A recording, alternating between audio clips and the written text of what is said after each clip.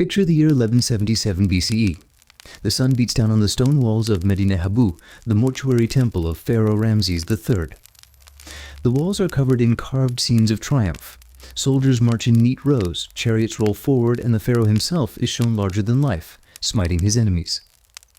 At first glance, it looks like a familiar Egyptian victory scene, the kind that had been carved for centuries to show the power of the king. But if you look closer at the defeated enemies, you notice something unusual. These are not the Libyans, not the Nubians, not the Hittites. Their appearance is different. They wear feathered headdresses that rise high above their heads. Some have helmets with horns. Their swords are curved, shaped almost like sickles or boomerangs. Their shields are round, unlike the tall shields of the Egyptians. Their ships are carved with high prows and strange rigging. These are the Sea Peoples, a name that still carries mystery and debate. The Egyptians described them as a confederation of foreign invaders who came by both land and sea. They were not a single nation, but a loose alliance of groups. Some may have been displaced farmers, others mercenaries, and others pirates who had long roamed the Mediterranean. Together they formed a force that appeared suddenly in the late Bronze Age. They struck at cities, toppled kingdoms, and left behind ruins that still puzzle historians today. Their arrival was not just another raid. It was a wave of migration and conflict that reshaped the ancient world. The temple wall at Medinet Habu is one of the most detailed records we have of them. Ramses III wanted to show that he had defeated a great threat. The carvings show ships locked in battle, with Egyptian archers firing from the decks. The Sea People's ships are shown capsizing, their warriors falling into the water, their families captured. The pharaoh is shown as the protector of Egypt, standing firm against chaos. But while the Egyptians claimed victory, the very presence of these carvings tells us how serious the threat was. The Sea Peoples were not a minor nuisance. They were powerful enough to challenge Egypt itself. Who were they? That question has troubled historians for centuries.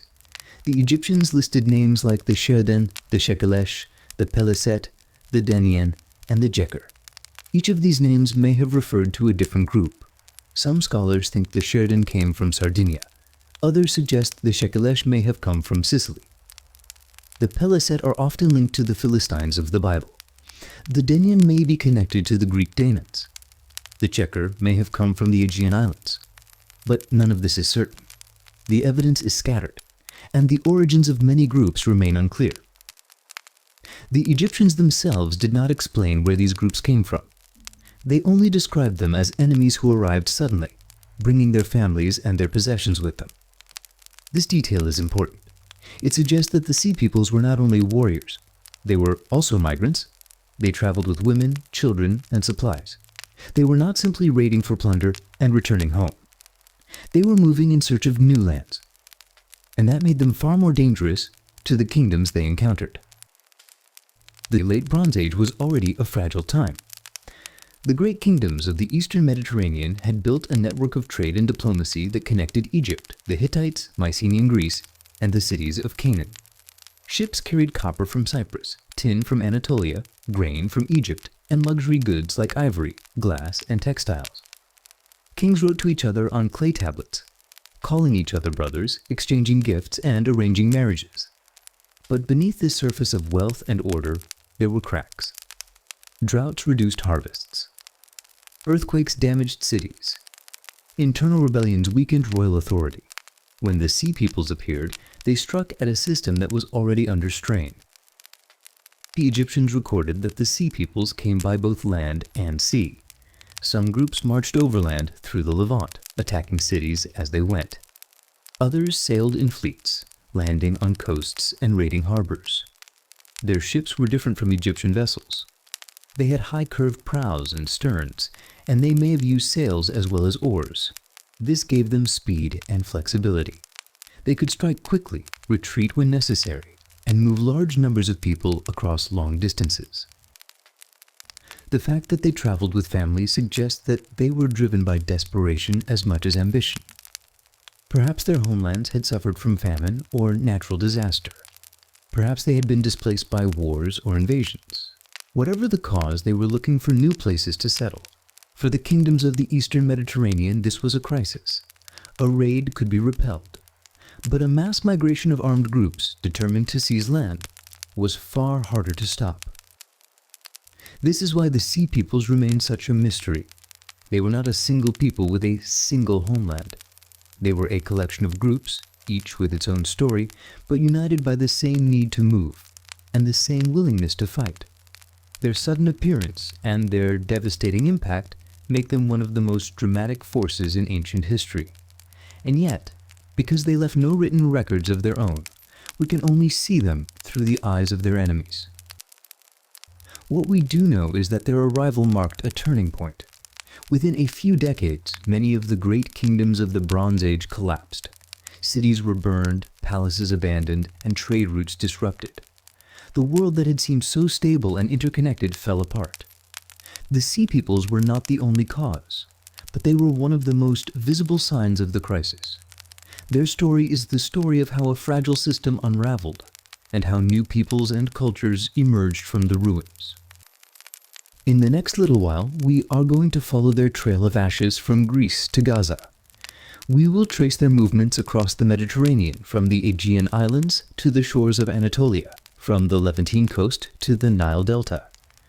We will explore what it might have been like to be part of this confederation of desperate wanderers and fierce warriors. We will try to understand why they left their homes, why they fought, and how they managed to challenge the greatest empires of their time. The A story of the Sea Peoples is not only about destruction, it is also about survival. It is about families who packed their belongings onto ships and set sail into the unknown. It is about warriors who fought not only for plunder, but for a chance at a new life. It is about kings and generals who faced an enemy they could not easily name or predict. And it is about the collapse of a world system that had lasted for centuries. The Bronze Age was a time of great kingdoms and far-reaching trade. Egypt, the Hittite Empire, Mycenaean Greece, and the cities of Canaan were all connected by ships that carried copper, tin, grain, and luxury goods. Letters written on clay tablets show kings addressing each other as brothers, exchanging gifts, and arranging marriages. These letters reveal a world that was highly organized and deeply interconnected. But beneath this network of wealth and diplomacy, there were cracks. Drought, earthquakes, and internal unrest weakened many states. Into this fragile world came the Sea Peoples, striking at the very foundations of the system. The evidence of their movements is scattered but telling. Archaeologists have uncovered layers of destruction in cities across the eastern Mediterranean. Ugarit, a wealthy port city on the Syrian coast, was burned and never rebuilt. Hattusa, the capital of the Hittite Empire, was abandoned. Mycenaean palaces in Greece fell into ruin. These collapses happened within a short span of time, suggesting a wave of upheaval that swept across the region. The Sea Peoples were not the only cause, but they were a major part of the story. When we look at the records left by Egypt, we see that the Sea Peoples were described as arriving in large numbers. They brought their families, their possessions, and their livestock. This was not a raid, but a migration. They were searching for new lands to settle, and they were willing to fight for them. This made them different from the enemies Egypt had faced before. They were not simply an army. They were a people on the move, and that made them far more difficult to defeat.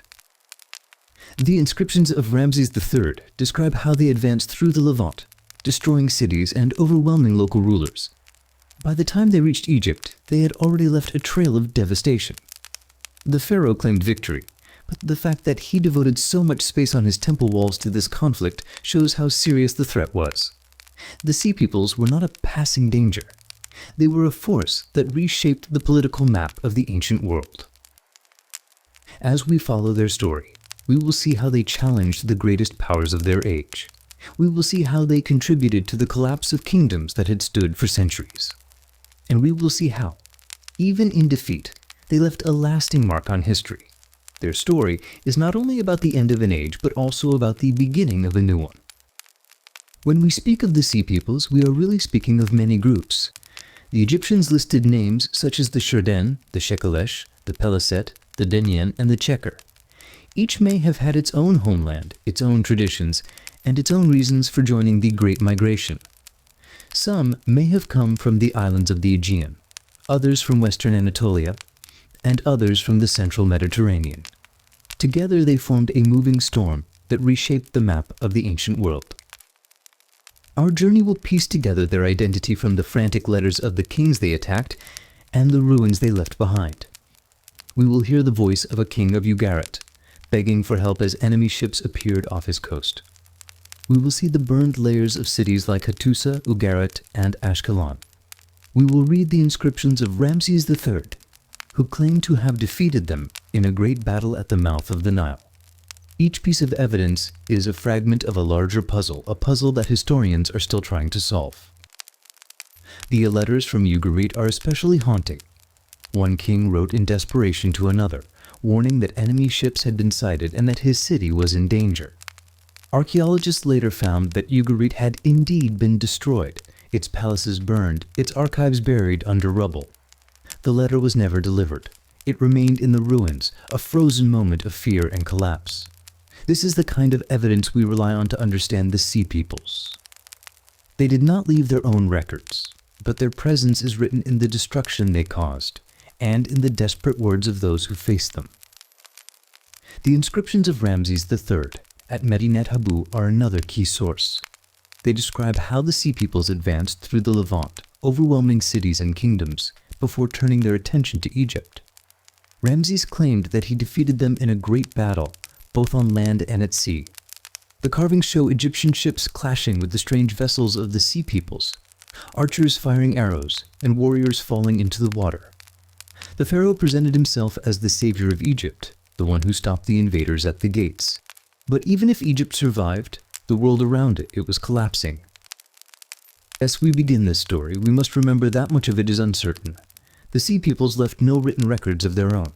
Everything we know comes from the people who fought them, feared them, or tried to stop them. This means that our picture is incomplete, sometimes biased, and always open to debate. Scholars continue to argue about where the Sea Peoples came from, why they moved, and how much responsibility they had for the collapse of the Bronze Age. But even with these gaps, the story of the Sea Peoples is one of the most fascinating episodes of the ancient world. So let us step back into the late Bronze Age. Let us imagine the harbors filled with ships, the palaces filled with treasures, and the fields filled with grain. Let us also imagine the fear that spread when sails appeared on the horizon, when strange warriors landed on the shore, and when letters arrived warning of enemies who could not be stopped. This is the beginning of the story of the Sea Peoples, the wave that never really retreated. Before we continue deeper into the story, I want to take a moment to speak directly to you, the listener. If you are enjoying this calm journey through history, I invite you to subscribe to this channel. Subscribing is a simple way to support the work that goes into creating these long, gentle narratives. It also ensures that you will not miss future episodes, each one designed to help you relax, unwind, and drift into rest while still learning something meaningful. When you subscribe, you can also tap the notification bell. The bell is important because it tells the platform to let you know when a new video is available. Without it, you might miss the next story, and each story is carefully prepared to give you the same calm, steady rhythm that you are hearing now. By pressing the bell, you make sure that the next time you want to rest, the next time you want to close your eyes and listen to history told slowly and clearly, the video will be waiting for you. I know that many of you come here not only to learn but also to rest. These videos are made with that in mind. If you are listening right now, and you feel your body asking for rest, I encourage you to give yourself permission to do so. Find a comfortable position. If you are sitting, perhaps lean back and let your shoulders drop. If you are lying down, adjust your pillow so that your head feels supported. Let your arms rest at your sides. Allow your breathing to slow down. As you listen, you may notice that your eyes are growing heavier. That is natural. You do not need to force yourself to stay awake. The story will continue whether you are fully alert or drifting in and out of sleep. That is one of the reasons these videos are long. They are designed to give you enough time to relax fully, to let go of the day, and to enter a deeper state of rest. The story we are telling tonight will end with the sound of a bonfire. That sound has been chosen carefully. A bonfire is steady, warm, and comforting. It crackles softly, like a natural lullaby. When the story ends, the bonfire will continue for a while, giving you time to drift even deeper into sleep. You will not need to do anything. You can simply let the sound carry you. Think of the bonfire as a companion. It will be there at the end, waiting for you. If you are still awake when the story finishes, you can close your eyes then and let the fire guide you into rest. If you fall asleep before that, the fire will still be there, keeping the atmosphere calm and steady. Either way, you are supported. I want to remind you once more gently to subscribe and press the bell. It may seem like a small action, but it makes a big difference. It helps this channel grow, and it helps me continue to create more of these calming journeys through history. Every subscription is a signal that there are people who value this kind of content, people who want history told slowly, clearly, and gently. So as you settle in, let your thoughts slow down. If your mind wanders, that is fine. If you drift into sleep, that is fine too. There is no right or wrong way to experience this. The story is here for you, whether you are fully awake or half asleep. And when the story ends, the bonfire will remain, helping you sleep deeply for a few more hours. Before the great upheaval, the Eastern Mediterranean was a network of powerful, wealthy empires. For a shepherd on a barren Anatolian hillside or a fisherman on a rocky Aegean island, this world of palaces and trade routes would have seemed like a distant dream. This was a great powers club, with Egypt, the Hittites, and the Mycenaeans as its core members. They traded in copper, tin, and gold. Their cities were filled with treasures, their storehouses with grain, and their palaces with scribes who recorded every shipment and every treaty. Egypt stood at the southern edge of this system, a land of the Nile, where harvests were rich and temples rose high above the floodplains. The pharaoh was not only a king but a god on earth, and his court was filled with wealth drawn from across the Mediterranean. The Hittite Empire, based in Anatolia, controlled vast lands and commanded armies of chariots. Their capital at Hattusa was a fortress of stone, with archives filled with clay tablets that recorded treaties, trade, and diplomacy. To the west, the Mycenaean kings ruled from citadels like Mycenae and Pylos, their palaces decorated with frescoes and their storerooms filled with jars of oil and wine. Together, these powers formed the backbone of the Bronze Age world. Trade connected them. Copper from Cyprus and tin from Anatolia were combined to make bronze, the metal that gave the age its name. Ships carried grain from Egypt, textiles from the Levant, and luxury goods like ivory, glass, and lapis lazuli. Letters written on clay tablets show kings addressing each other as brothers, exchanging gifts, and arranging marriages. This was a world of diplomacy as much as war, a world where alliances were sealed with gold and silver, and where the wealth of one kingdom depended on the stability of its neighbors. But for those living on the fringes, life was far less secure. A shepherd on a rocky hillside might struggle to feed his flock when the rains failed. A fisherman on a small island might watch foreign ships pass by, carrying goods he could never afford. While diplomats in rich courts called each other brother, the people who would become the sea peoples likely faced hardship, scarcity, and the constant threat of being overlooked by the great powers. They saw a world of immense wealth, a system of trade that passed them by, and shores that looked far more fertile than their own. Imagine standing on a barren coast, watching ships heavy with grain sail past. To those on the margins, the glittering, interconnected world of the great powers was not a source of stability. It was a temptation. It was a reminder of what they did not have. And in time, it became a target. The palaces filled with treasures, the storehouses filled with grain, the harbors crowded with ships. All of these looked like opportunities to those who had little. The contrast between the center and the periphery was stark. In the palaces, scribes recorded shipments of gold and silver. In the villages, people worried about the next harvest. In the courts, kings exchanged gifts of ivory and lapis. On the fringes, families struggled to survive. This imbalance created tension. It created resentment. And it created the conditions in which groups on the outside might look at the wealth of the great powers and decide that it should be theirs. These sea peoples did not emerge from nowhere. They emerged from this contrast, from this imbalance between wealth and poverty, stability and insecurity. They were not part of the Great Powers Club. They were outsiders, watching from the edges, waiting for an opportunity. And when the cracks began to appear in the system, When droughts and earthquakes weakened the great kingdoms, the outsiders were ready to move. This glittering, interconnected world was about to change. The flags of truce that once flew between kingdoms would soon be set ablaze. The letters that once spoke of brotherhood would be replaced by cries for help. The palaces that once stored treasures would be reduced to ruins. And the people who had once been overlooked would step onto the stage of history as the Sea Peoples, a force that would bring an age to its end. Life in the great kingdoms of the Bronze Age was shaped by wealth, hierarchy, and tradition. In Egypt, the Nile was the lifeline of the people. Each year, the river flooded, leaving behind fertile soil that allowed farmers to grow wheat and barley. Villages lined the riverbanks, and farmers worked the fields with wooden plows pulled by oxen. Their harvests filled the granaries of the pharaoh, who redistributed food to temples, soldiers, and workers. For the ordinary farmer, life was hard but predictable, tied to the rhythm of the river. For the elite, life was filled with luxury, with palaces decorated in gold and temples rising high above the land.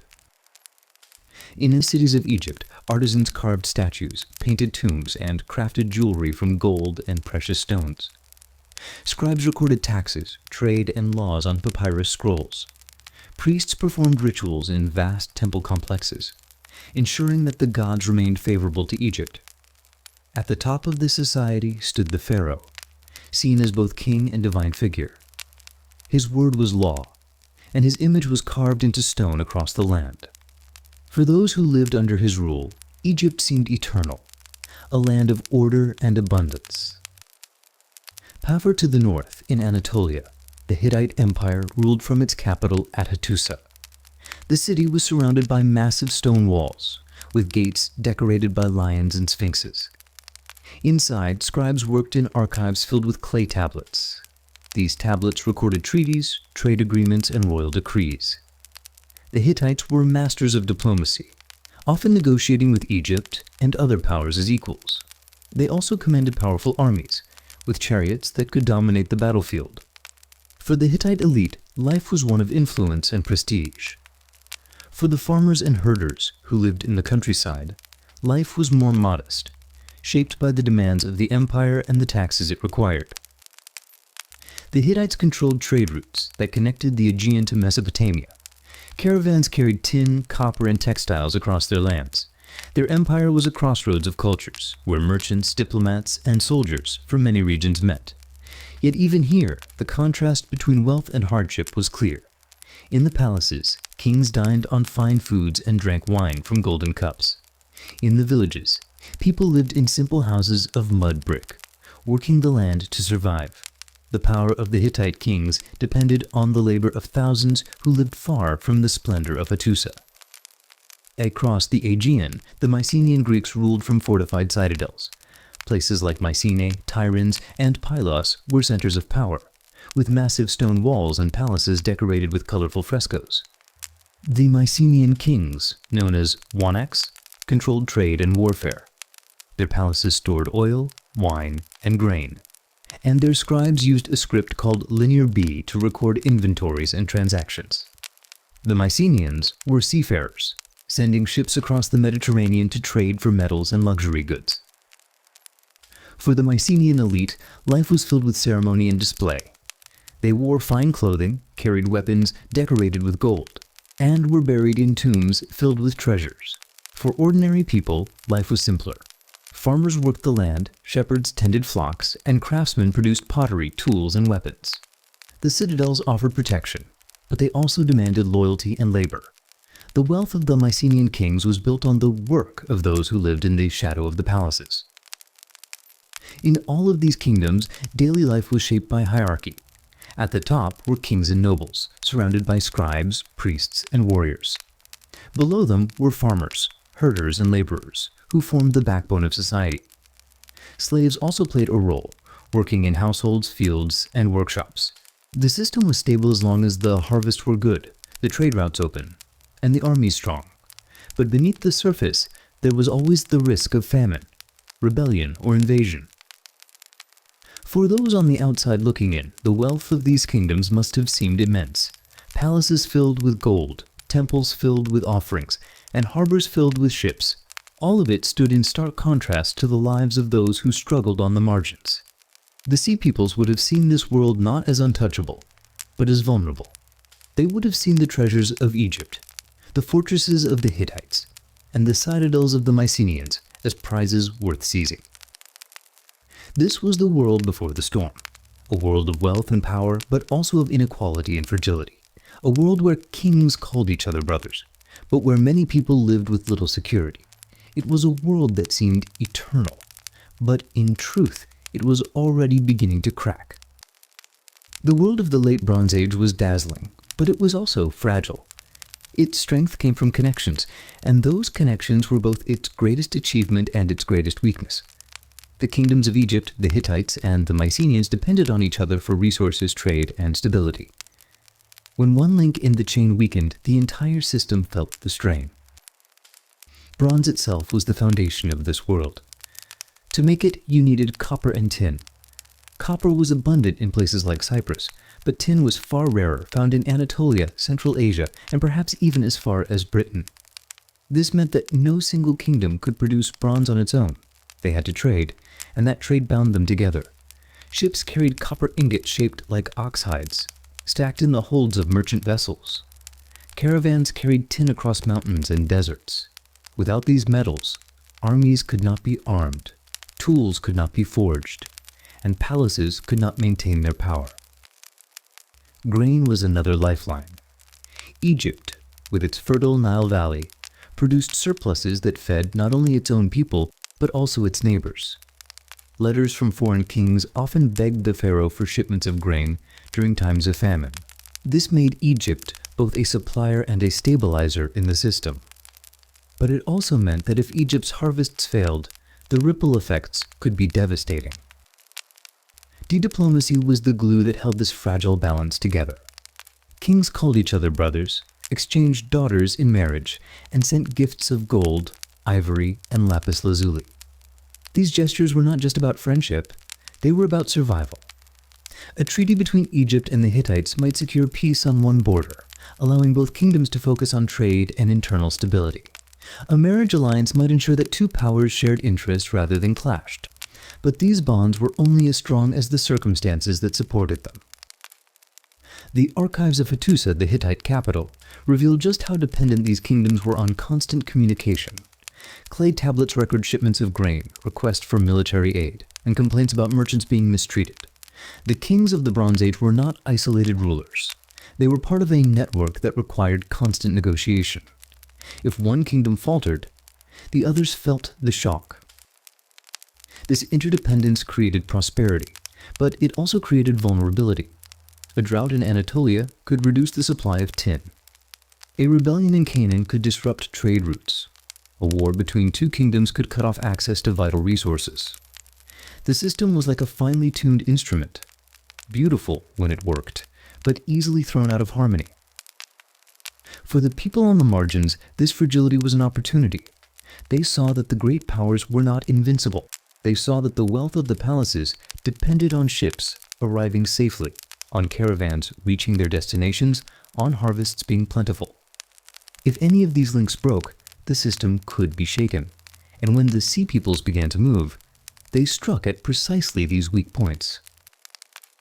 The climate, too, played a role in this delicate balance. Evidence suggests that the Late Bronze Age experienced periods of drought. Tree rings and sediment cores show signs of reduced rainfall across the eastern Mediterranean. For farmers, this meant smaller harvests. For kingdoms, it meant less grain to store, less food to trade, and more unrest among the people. A few bad years could turn stability into crisis. Earthquakes added another layer of instability. The Aegean and Anatolia sit on fault lines, and archaeological evidence shows that several cities were damaged or destroyed by quakes during this period. A palace toppled by an earthquake could not easily be rebuilt if the kingdom was already struggling with famine or war. Natural disasters did not cause the collapse on their own, but they weakened the state of Assam further, making it more vulnerable to outside pressure. The balance of the Bronze Age was therefore both impressive and precarious.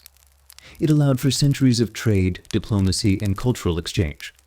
But it also meant that when pressure came, from climate, from disaster, from migration, the system could not easily adapt.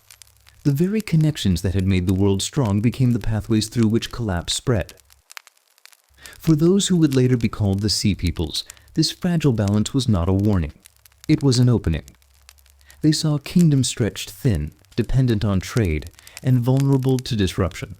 They saw palaces filled with treasures, but unable to defend every harbor and every caravan. And they saw that the wealth of the great powers was built on foundations that could crumble. The glittering world of the Bronze Age looked stable, but beneath the surface, cracks were already forming.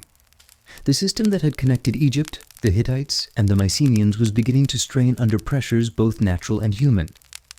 These pressures did not destroy the world immediately, but they weakened it, leaving it vulnerable to the storms that were about to come. One of the greatest threats was the climate itself. Evidence from tree rings, pollen samples, and sediment cores suggests that the eastern Mediterranean experienced a period of prolonged drought in the late 13th and early 12th centuries BCE. Rainfall declined, harvest shrank, and farmers struggled to feed their families.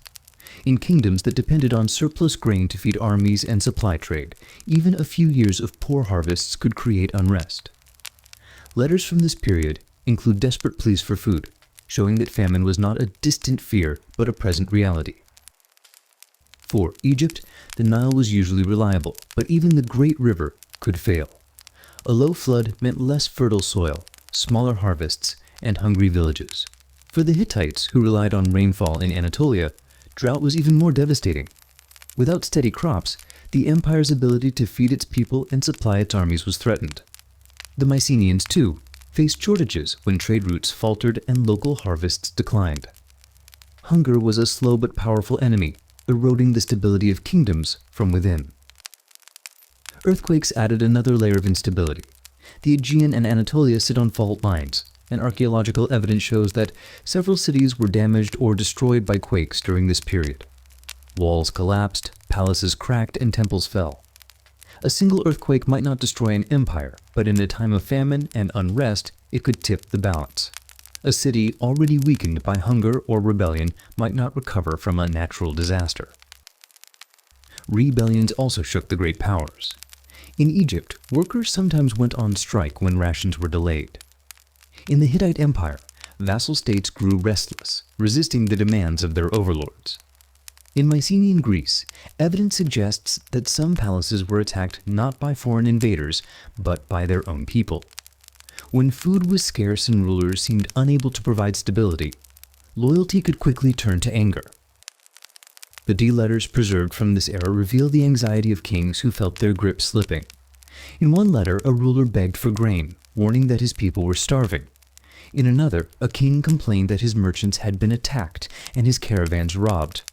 These were not the confident voices of rulers in control. They were the voices of men who sensed that the world they had inherited was beginning to unravel. Trade, once the lifeline of the Bronze Age, became more dangerous. Pirates prowled the seas, and bandits threatened caravans. When ships failed to arrive, palaces could not fill their storerooms. When caravans were delayed, armies could not be supplied. The very networks that had made the Bronze Age prosperous became fragile threads that could be cut by disaster, rebellion, or war.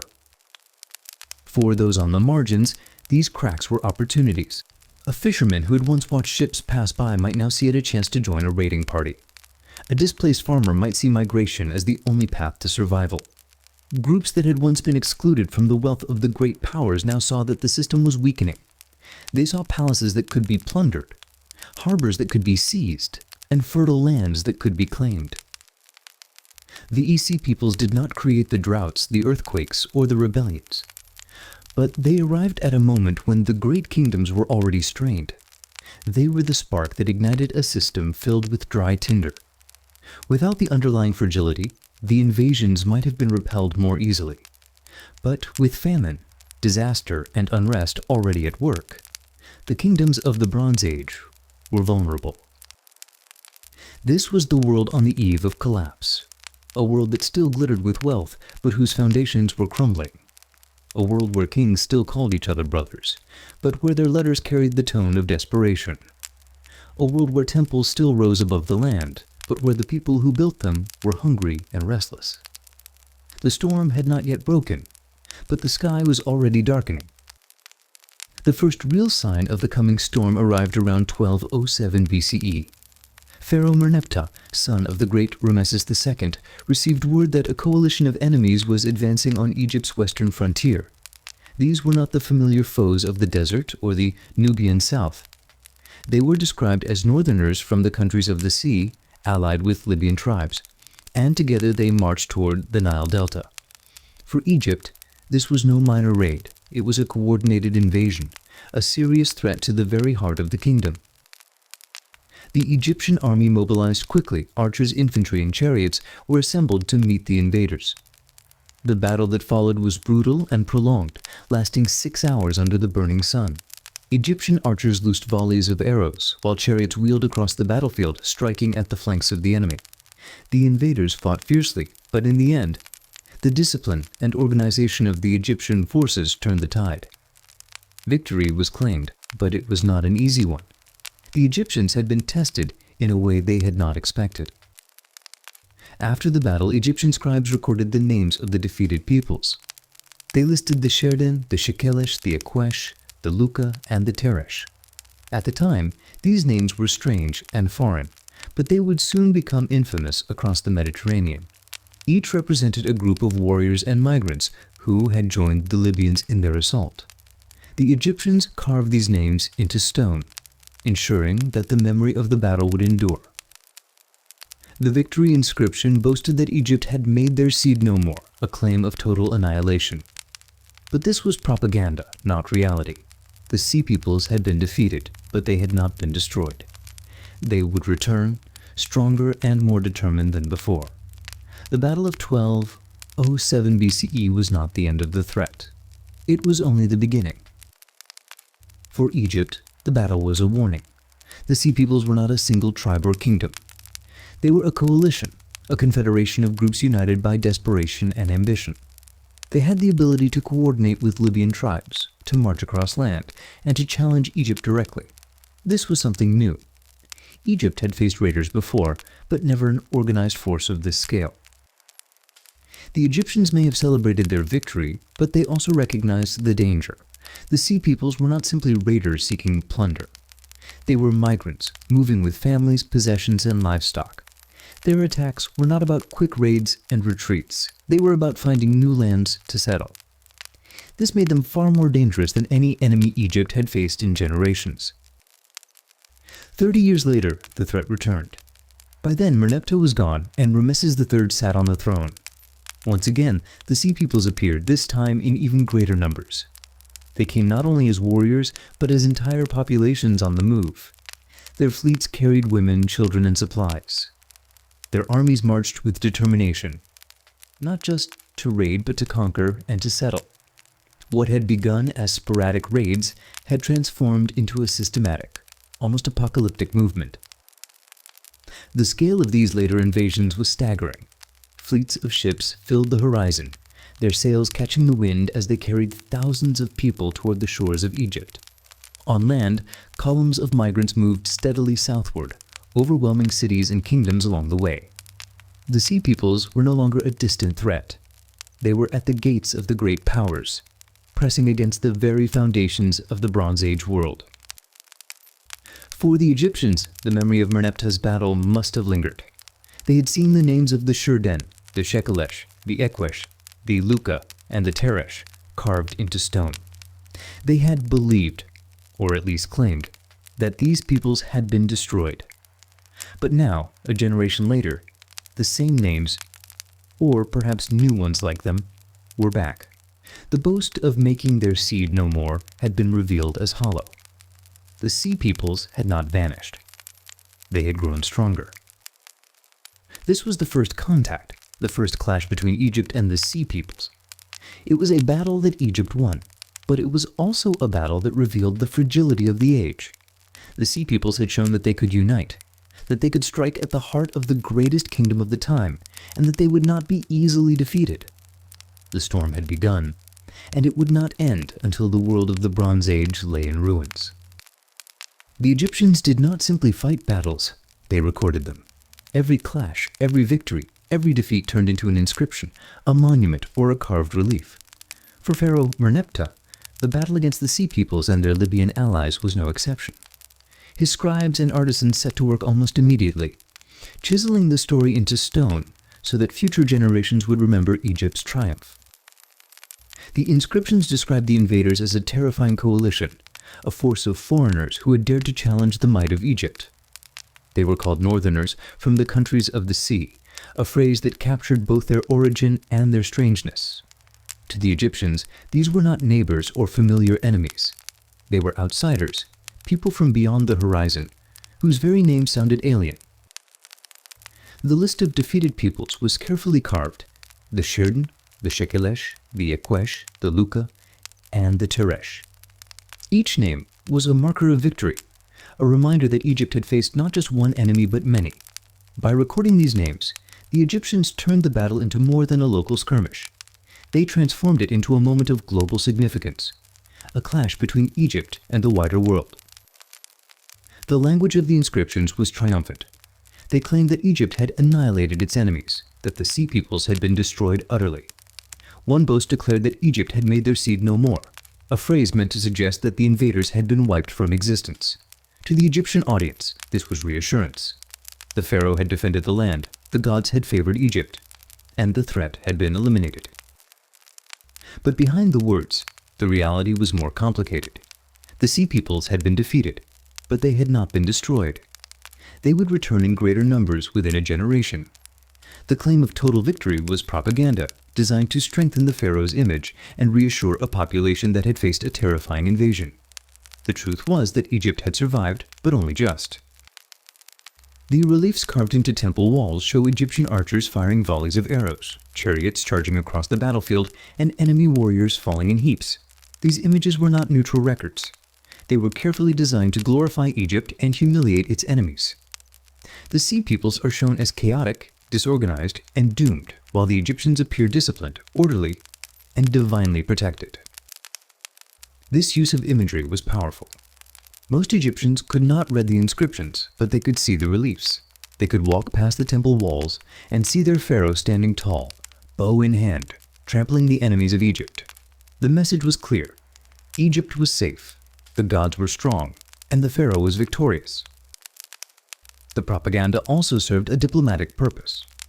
Other kingdoms would hear of Egypt's victory, and the carved inscriptions were a way of broadcasting power. They told allies and rivals alike that Egypt remained strong, that it could repel even the most dangerous coalitions. In a world where reputation mattered as much as armies, these monuments were weapons in their own right. Yet the very need for such propaganda reveals the truth. If the victory had been easy, there would have been no need to exaggerate. The fact that the Egyptians boasted so loudly suggests that the battle had been close, perhaps dangerously so. The Sea Peoples had come close to breaking Egypt's defenses, and the pharaoh needed to reassure his people that the danger had passed. For historians, these inscriptions are invaluable. They give us the first clear glimpse of the Sea Peoples, the first time their names appear in the historical record. They also show us how Egypt understood the threat, not as a minor nuisance, but as a coalition of foreign powers capable of uniting against the kingdom. The propaganda may have exaggerated the victory, but it also preserved the memory of the invaders who would soon return to reshape the world. The story carved into stone was meant to be final, a declaration that Egypt had triumphed once and for all. But history would prove otherwise. The Sea Peoples had not been destroyed. They had only been delayed. The storm was still gathering, and the next time it broke, it would be even more devastating. The Battle of 1207 BCE ended with Egypt still standing, but the story did not end there. For the Sea Peoples, defeat did not mean disappearance. Instead, it marked the beginning of a transformation. What had started as raids and alliances with Libyan tribes began to evolve into something larger, something far more dangerous. The Sea Peoples were no longer just warriors seeking plunder. They were becoming entire populations on the move. In the years after Merneptah's victory, Egyptian scribes continued to record disturbances along the frontiers. Reports spoke of raids, of ships sighted along the coast, of unrest in the delta. These were not isolated incidents. They were signs of a growing movement, a restless tide of people searching for new lands. The Sea Peoples had tasted both defeat and survival, and they were not deterred. Archaeological evidence suggests that during this period, many regions of the eastern Mediterranean were under strain. Drought, famine, and political instability pushed populations to the edge. For groups already living on the margins, the choice was stark, stay and starve, or move and fight for survival. The Sea Peoples chose to move. They gathered families, possessions, and livestock, and they set out across the sea in search of new homes. This shift from raiding to migration changed everything. A raiding party could be defeated in battle, scattered, and forgotten. But a migrating population was different. It carried with it not only warriors, but also women, children, and elders. It carried tools, animals, and traditions. It was not a temporary threat, but a permanent one. Once such a group arrived on foreign shores, it could not simply be driven away. It sought to settle, to claim land, to build a new life. The Egyptians recognized this change. By the time of Ramesses III, inscriptions describe fleets of ships carrying entire communities. Reliefs show wagons pulled by oxen, laden with belongings, moving alongside columns of warriors. This was not the image of a raiding band. It was the image of a people in motion, determined to find a place in a world that seemed to be collapsing around them. For the kingdoms of the Bronze Age, this was a nightmare. Armies could repel invaders, but how could they stop entire populations? Even if a battle was won, the survivors might scatter and regroup, continuing their march elsewhere. The Sea Peoples were not bound to a single homeland that could be conquered or defended. Their strength came from their mobility, their ability to appear suddenly on distant shores, overwhelming cities and kingdoms already weakened by famine and unrest. The memory of Merneptah's battle lingered in Egypt. The boast that the Sea Peoples had been destroyed was already proving false. Instead of vanishing, they had multiplied. Instead of retreating, they had advanced. The names carved into stone: Shurden, Shekelesh, Ekwesh, Luka, Teresh, were not erased from history. They were only the beginning of a list that would grow longer as new groups joined the movement. For the Sea Peoples themselves, the transformation was both desperate and hopeful. To leave one's homeland was to abandon certainty, but it was also to seek opportunity. Families packed what they could, loaded their ships, and set sail into the unknown. Warriors guarded the fleets, but behind them came children, elders, and the fragile hope of survival. These were not only invaders. They were refugees, migrants, and settlers, driven by forces larger than themselves. The aftermath of Merneptah's battle was therefore not a conclusion but a prelude. Egypt had survived the first contact, but the Sea Peoples had survived as well. And survival was enough. In the decades that followed, they would regroup, reorganize, and return in numbers that no single kingdom could easily withstand. The storm that had brushed Egypt's borders in 1207 BCE was gathering strength, preparing to sweep across the entire Mediterranean. This was the turning point. The Sea Peoples were no longer a rumor, no longer a distant threat. They were a force in motion, reshaping the world through their migrations. The kingdoms of the Bronze Age could not yet see the full scale of what was coming, but the signs were there. The first contact had been made, and the world would never be the same again. By the time Ramesses III came to the throne of Egypt, the Sea Peoples were no longer a distant threat. They had become a force that reshaped the entire eastern Mediterranean. Kingdoms that had once stood proudly alongside Egypt and the Hittites were falling one by one. Cities that had thrived for centuries were reduced to ash. The storm that had begun with raids and small coalitions was now a tidal wave of migration and conquest. The records of Ramesses III describe fleets of ships so numerous that they filled the horizon. These were not the scattered vessels of raiders. They were organized, coordinated, and determined. Each ship carried not only warriors but also families, livestock, and supplies. This was not an army passing through. It was a people on the move, seeking to carve out a new home in the fertile lands of the Nile Delta. On land, the movement was just as overwhelming. Columns of wagons rolled southward, pulled by oxen and laden with belongings. Women walked beside them, children clinging to their hands. Warriors marched in formation, guarding the flanks of the migrating families. This was the true scale of the Sea Peoples movement. Not a raid, not a single battle, but a migration of entire societies. For Egypt, the threat was existential. A raid could be repelled, a battle could be won, but how could even the mightiest kingdom withstand the arrival of entire nations? Ramesses III understood that this was not simply a military challenge. It was a challenge to Egypt's very survival. If the Sea Peoples established themselves in the delta, Egypt's heartland would be exposed. The Nile, the lifeline of the kingdom, would be vulnerable. The inscriptions of Ramesses III describe the preparations for war. Fortifications were strengthened, armies mobilized, and fleets assembled. Archers were stationed along the riverbanks, ready to unleash volleys of arrows at the approaching ships. Chariots were prepared to strike at the enemy once they landed. Egypt was bracing itself for a battle unlike any it had faced before. The Sea Peoples, for their part, were relentless. They had already swept through Anatolia, the Levant, and parts of the Aegean. They had toppled cities, disrupted trade routes, and left destruction in their wake. Each victory added to their numbers as displaced peoples joined their ranks. By the time they reached Egypt, they were not a single tribe or nation, but a coalition of many, united by necessity and ambition. The Egyptians carved vivid reliefs of this moment into the walls of Medinet Habu, the mortuary temple of Ramesses III.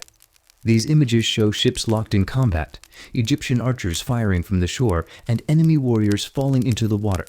They show women and children among the invaders, a reminder that this was not just an army but a migrating people. The reliefs are both a record of history and a piece of propaganda, designed to glorify Egypt's victory and emphasize the scale of the threat. For the Egyptians who saw these reliefs, the message was clear. Their pharaoh had defended them against an apocalyptic invasion. But for us, looking back, the images reveal something more. They show the desperation of the Sea Peoples, the sheer scale of their movement, and the fragility of the Bronze Age world. They remind us that this was not a clash of armies alone, but a clash of civilizations in transition. The escalation from Merneptah's battle to Ramesses III's war shows how quickly the situation deteriorated. In just a few decades, the Sea Peoples had gone from a coalition of raiders to a migrating force capable of threatening the greatest kingdom of the age. The boast that Egypt had made their seed no more was revealed as hollow. The Sea Peoples had not only survived, they had grown stronger, more numerous, and more determined. This was the moment when the Bronze Age world reached its breaking point. The old system of trade, diplomacy, and alliances could not withstand the pressure of entire populations on the move. The Sea Peoples were not the sole cause of the collapse, but they were its most visible symptom. Their arrival at Egypt's gates marked the beginning of the end for the world that had flourished for centuries. So who exactly were these people? The truth is that the term Sea Peoples is a modern invention. They never called themselves that. To the Egyptians, they were simply northerners from the countries of the sea.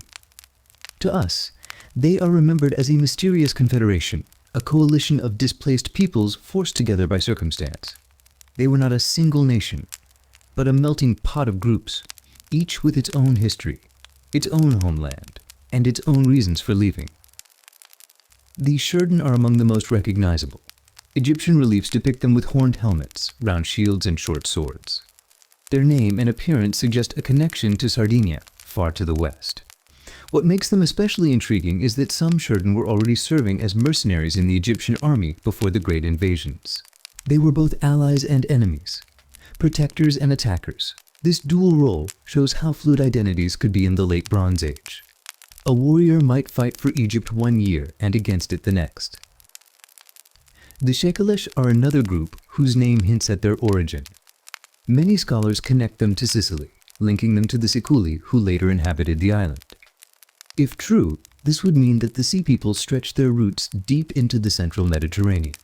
Their presence in Egyptian records suggests that the upheaval of the Bronze Age was not confined to the eastern Mediterranean alone, but rippled outward across the sea. The Diepeleset are perhaps the most famous of all. They are widely identified with the Philistines, who later appear in the Bible as rivals of the Israelites. Egyptian reliefs show them wearing distinctive feathered headdresses, carrying round shields, and fighting with long swords. Archaeological evidence supports this connection. Pottery found in Philistine cities like Ashkelon and Ashdod shows clear Aegean influence, resembling styles from Crete and mainland Greece. The Peliset may have been migrants from the Greek world, bringing their culture with them as they settled on the shores of Canaan. The Ekwesh are another group whose name provides a tantalizing clue. Many scholars link them to the Achaeans, the term used for the Greeks of the Mycenaean world. If this is correct, then the Ekwesh may have been Mycenaeans themselves, their palaces collapsing, their world unraveling. Once rulers of citadels and traders across the sea, they may have turned to raiding and migration when their own civilization fell. In this sense, the Sea Peoples were not outsiders invading the Bronze Age world. They were part of that world, transformed by its collapse. The Luca are easier to place. They appear in Hittite texts as troublesome raiders from southwestern Anatolia, a region known for its rugged coastline and seafaring traditions. The Luca were already pirates and mercenaries long before the Great Invasions. Their inclusion among the Sea Peoples shows how existing traditions of raiding and seafaring merged with the larger migrations of the age. The Teresh are often associated with the Tyrrhenians, who later became the Etruscans of Italy.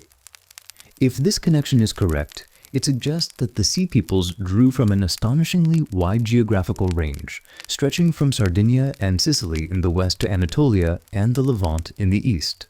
The movement was not confined to one region. It was a Mediterranean-wide phenomenon, a tide of displaced peoples converging on the wealthiest lands. The Chikr and the Weshesh remain more mysterious. Their names appear in Egyptian inscriptions, but their homelands are uncertain. Some scholars suggest connections to the Levant, others to the Aegean. What is clear is that they were part of the confederation that marched on Egypt, and their presence reminds us that not every piece of the puzzle can be neatly placed. The Sea Peoples remain, in part, an enigma. Imagine flotillas of the desperate and the daring, pushed from every coastline between Sicily and Syria. Families crowded onto ships, warriors standing guard, elders clutching what little they could carry. These groups likely were not unified under a single king. They were bound together by necessity, by hunger, by the search for survival. Their goal was simple and brutal: find new land, or starve. They were both aggressors and victims. Aggressors, because they attacked cities, toppled kingdoms, and left destruction in their wake.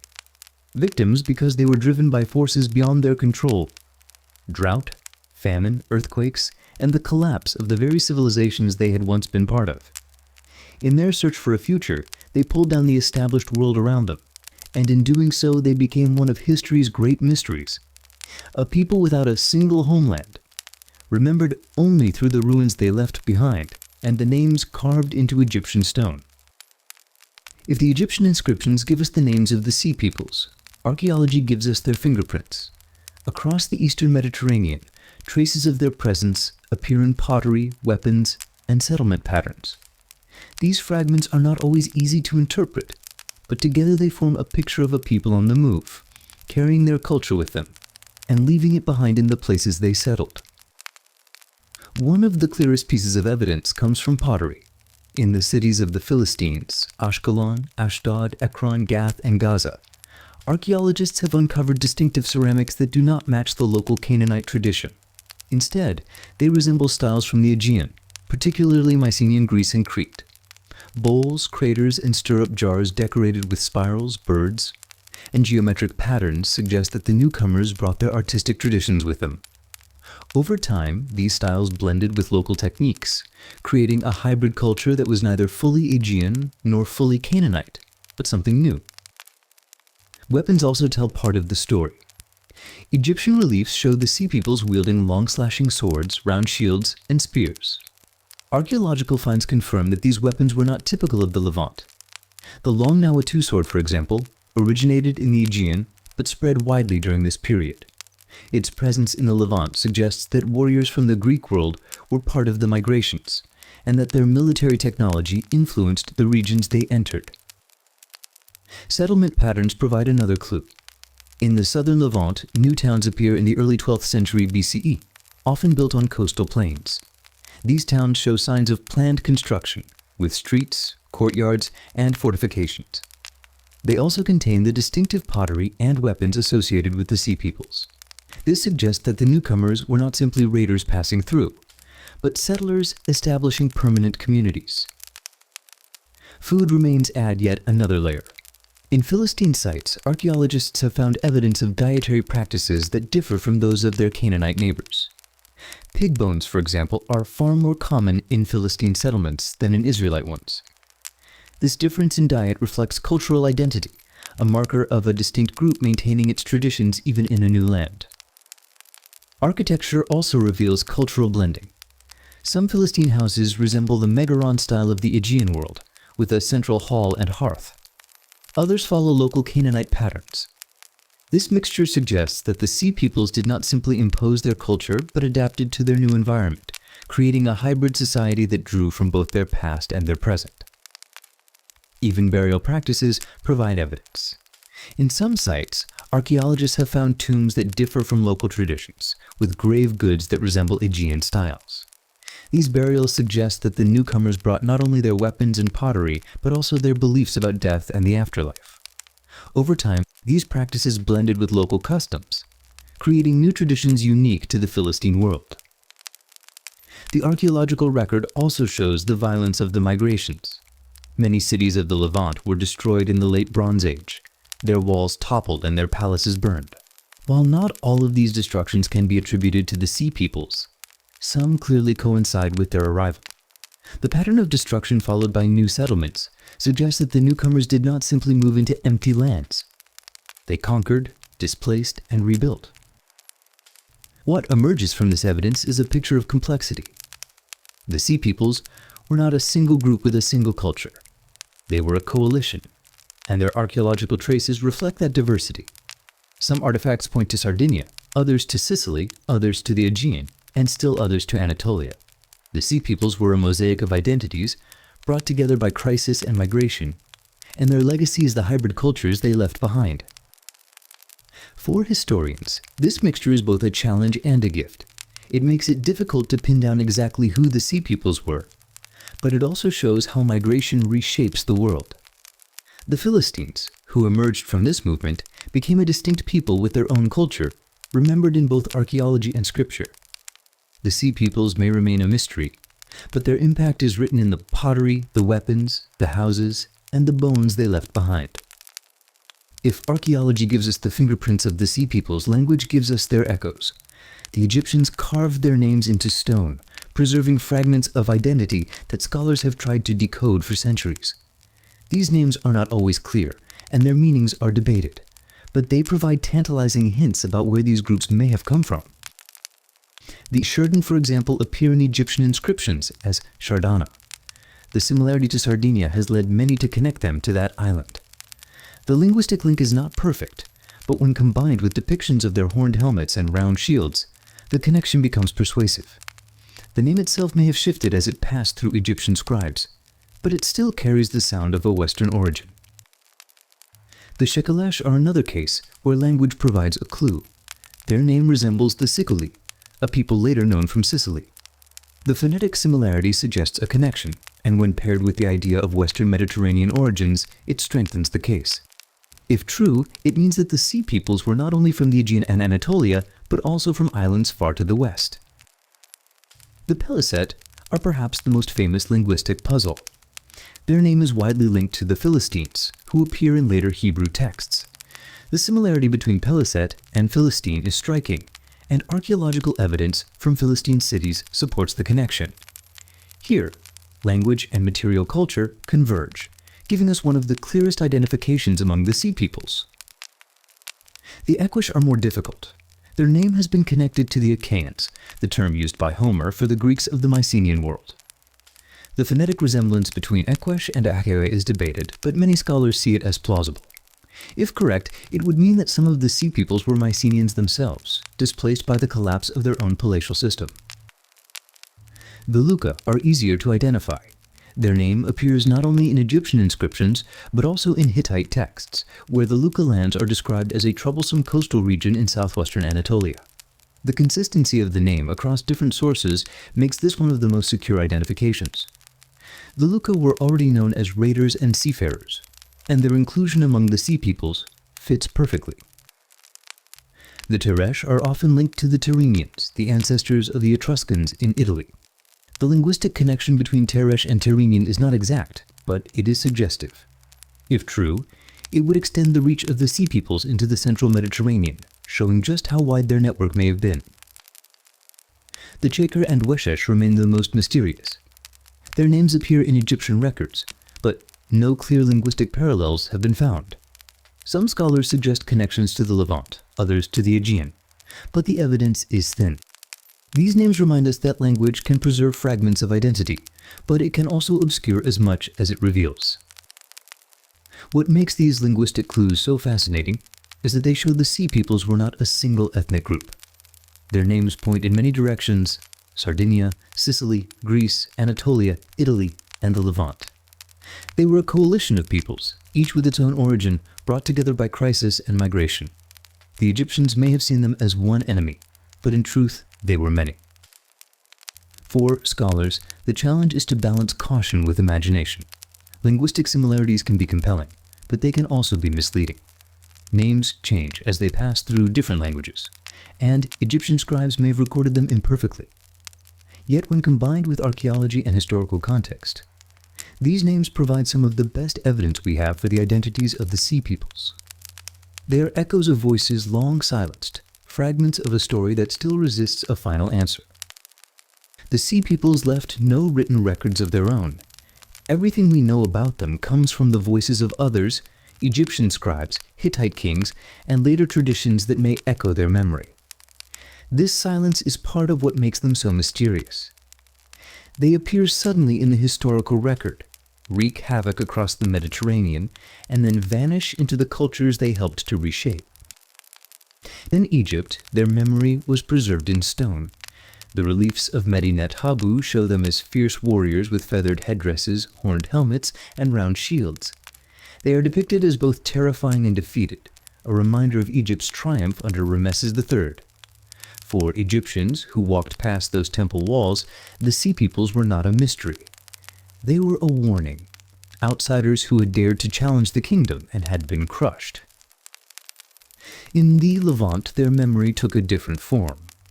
The Philistines, widely believed to be part of the Sea Peoples, became central figures in the Hebrew Bible. They appear as the rivals of Israel, remembered in stories of Samson, Saul, and David. To the biblical writers, the Philistines were not faceless invaders, but neighbors, enemies, and sometimes even allies. Their memory was woven into the fabric of Israel's own identity. In Greece, echoes of the Sea Peoples may survive in myth. The collapse of the Mycenaean world gave rise to stories of wandering heroes, displaced peoples, and long voyages across the sea. The Homeric epics, though written centuries later, preserve memories of a world in turmoil, where cities burned and warriors became wanderers. Some scholars suggest that the Sea Peoples may be hidden in these tales, transformed into legend.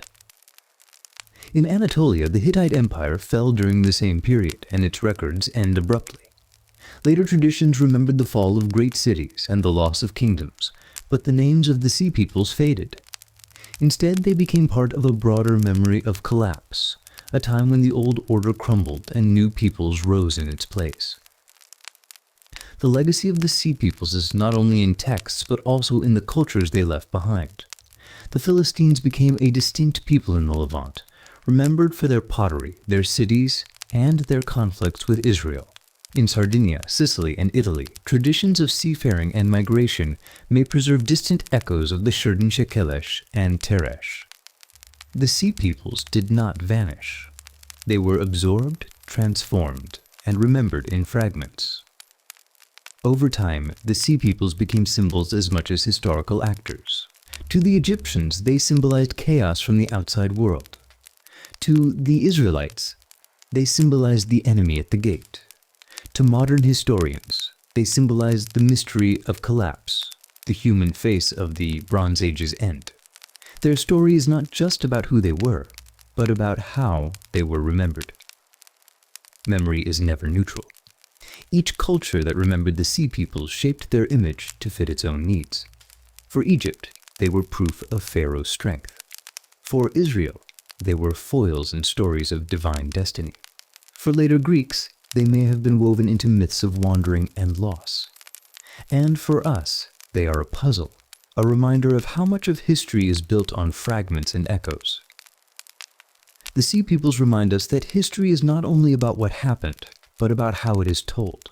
They were real people, with families, traditions, and hopes. But they became something larger in memory, symbols of collapse, of migration, of the fragility of civilizations. Their legacy is not only in the ruins they left behind, but in the stories that grew from their shadow. In the end, the Sea Peoples are both history and myth. They were migrants and warriors, victims and aggressors, remembered and forgotten.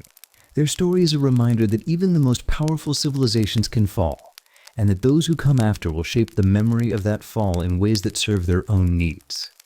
The Sea Peoples may never be fully understood, but their mystery is part of their power. While Egyptian records show us the Sea Peoples as a formidable enemy, the ruins of Ugarit offer a different perspective. This was not a story of triumph carved into temple walls. It was a story of collapse, preserved in clay. Ugarit, a thriving port city on the coast of modern-day Syria, met a swift and brutal end. Its final moments were frozen in time, not by design, but by disaster. In the remains of a kiln, archaeologists found letters that had been placed there to be fired, hardened for preservation. But the firing was interrupted. The attack came before the kiln could finish its work. The clay tablets were half-baked, their messages incomplete. It was as if the city had been caught mid-breath, its voice silenced before it could finish speaking. One letter, written by the king of Ugarit, is a desperate plea for help. He writes to the king of Elashia, likely Cyprus, begging for aid. His own troops and ships are away, leaving his country exposed. Behold, the enemy ships are come. My cities are burned, and they have done evil things in my country, he writes. The words are raw, immediate, and terrifying.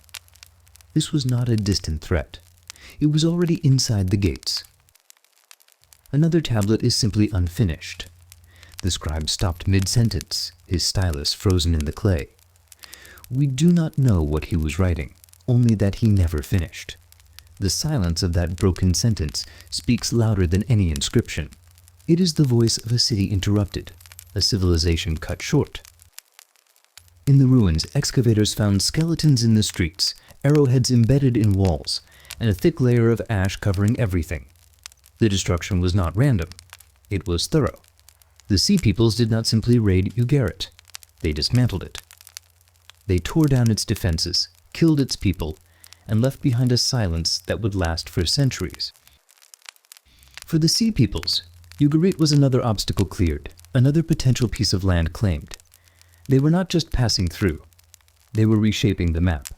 Across the Levant and the Aegean, cities like Hattusa and Mycenae suffered similar fates. The pattern was clear. The old world was being dismantled, city by city, tablet by tablet, life by life. Ugarit had been a hub of trade, diplomacy, and culture.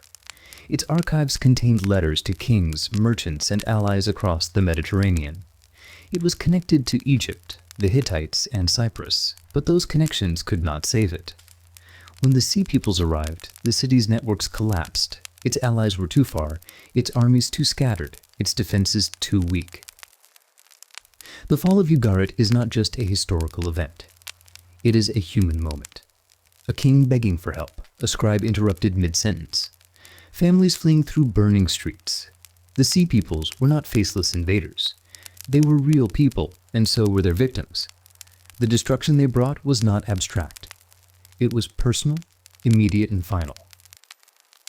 Egypt's inscriptions tell us that the Sea Peoples were defeated, but Ugarit's ruins tell us that they were devastating.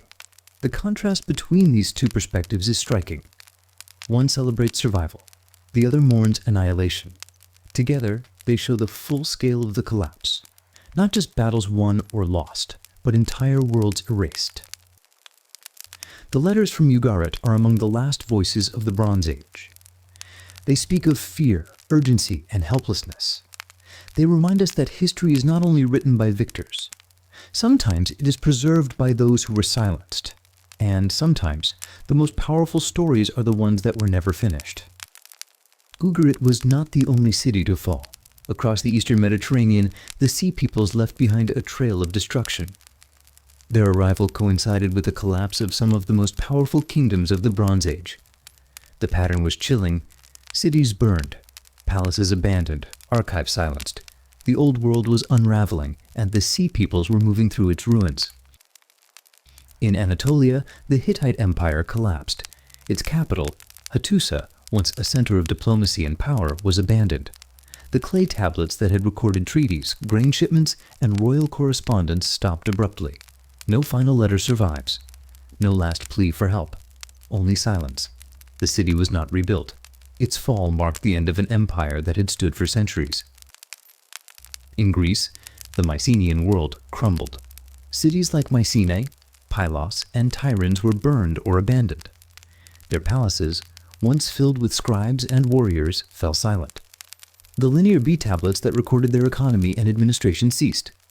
The great halls of the Wanax, the king, were reduced to rubble. The Mycenaeans had been among the most powerful players in the Bronze Age. Now, they were gone. The destruction was not limited to capitals. Smaller towns and coastal settlements also suffered. In Cyprus, cities were burned and rebuilt in new styles, suggesting both destruction and migration. In the Levant, sites show layers of ash and sudden abandonment. The Sea Peoples did not strike randomly. Their movement was systematic, sweeping across trade routes, harbors, and fertile lands. Archaeologists have traced this wave of collapse through layers of destruction: burned walls, toppled statues, broken pottery. In some places, the destruction is sudden and violent. In others, it is slower, abandonment rather than fire. But the result is the same: the end of the Bronze Age system. The palatial economies, the diplomatic networks, the shared culture, all gone. The Sea Peoples were not the only cause. Climate change, drought, earthquakes, and internal rebellion all played a role. But the timing of their arrival and the scale of their movement suggest that they were a catalyst. They did not destroy the world alone, but they helped push it over the edge. For the cities that fell, there was no recovery. Hattusa was never rebuilt. Mycena lingered, but lost its power. Ugarit vanished. The survivors scattered, and new cultures emerged in their place. The Iron Age would rise from these ashes, but it would be a different world. The great powers of the Bronze Age were gone. The letters from Ugarit are rare. Most cities left no final words. Their archives were burned, their scribes killed or displaced. The silence is overwhelming. It is not just the absence of records. It is the absence of voices, of memory, of continuity. The Sea Peoples moved through a world that was already fragile, and they left behind a landscape of ruins. For historians, this pattern is haunting. It is not just one city, one battle, one invasion. It is a cascade, a system collapsing under pressure. The Sea Peoples were part of that pressure, and their movement reshaped the map. They were not just raiders. They were agents of transformation, whether they intended it or not. The burning cities of the Bronze Age are more than archaeological sites. They are moments frozen in time. They remind us that civilizations can fall, that networks can unravel, and that silence can follow centuries of speech. The Sea Peoples did not write their own history, but they left behind a trail of endings. And in those endings, we find the echoes of a world that once was. To live through the collapse of the Bronze Age was to watch the familiar world dissolve. Cities that had stood for centuries were burning. Trade routes vanished. Letters stopped arriving. The rhythms of life, planting, harvesting, worship, diplomacy, were disrupted. For those who survived, the question was not just what had happened, but how to make sense of it. Imagine being a merchant in Ugarit, waiting for a shipment that would never come. Or a scribe in Mycenae, watching the palace burn while clutching a tablet that no one would read.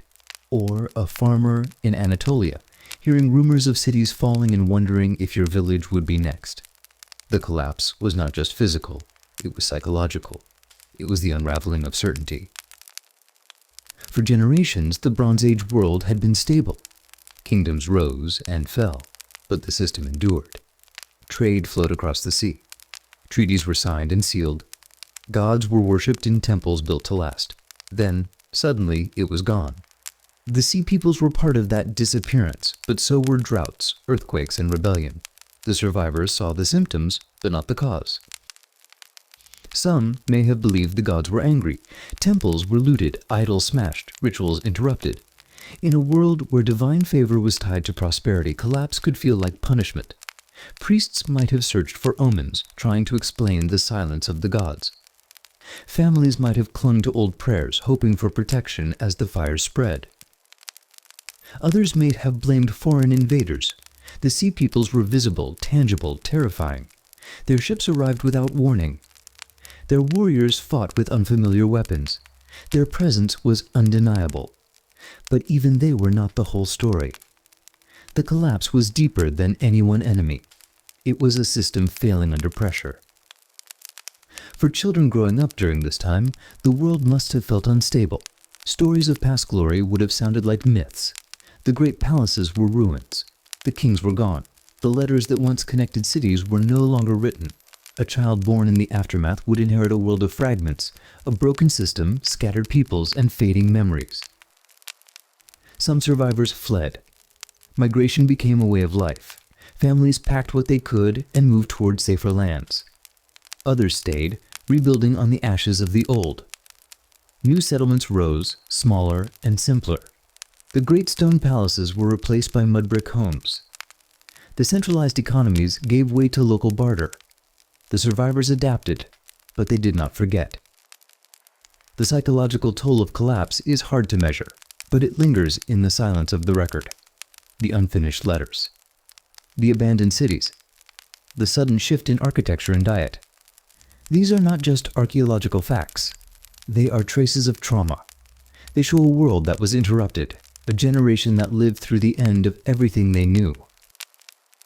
And yet, people endured. The Iron Age rose from the ruins. New cultures emerged. The Philistines built cities in the Levant.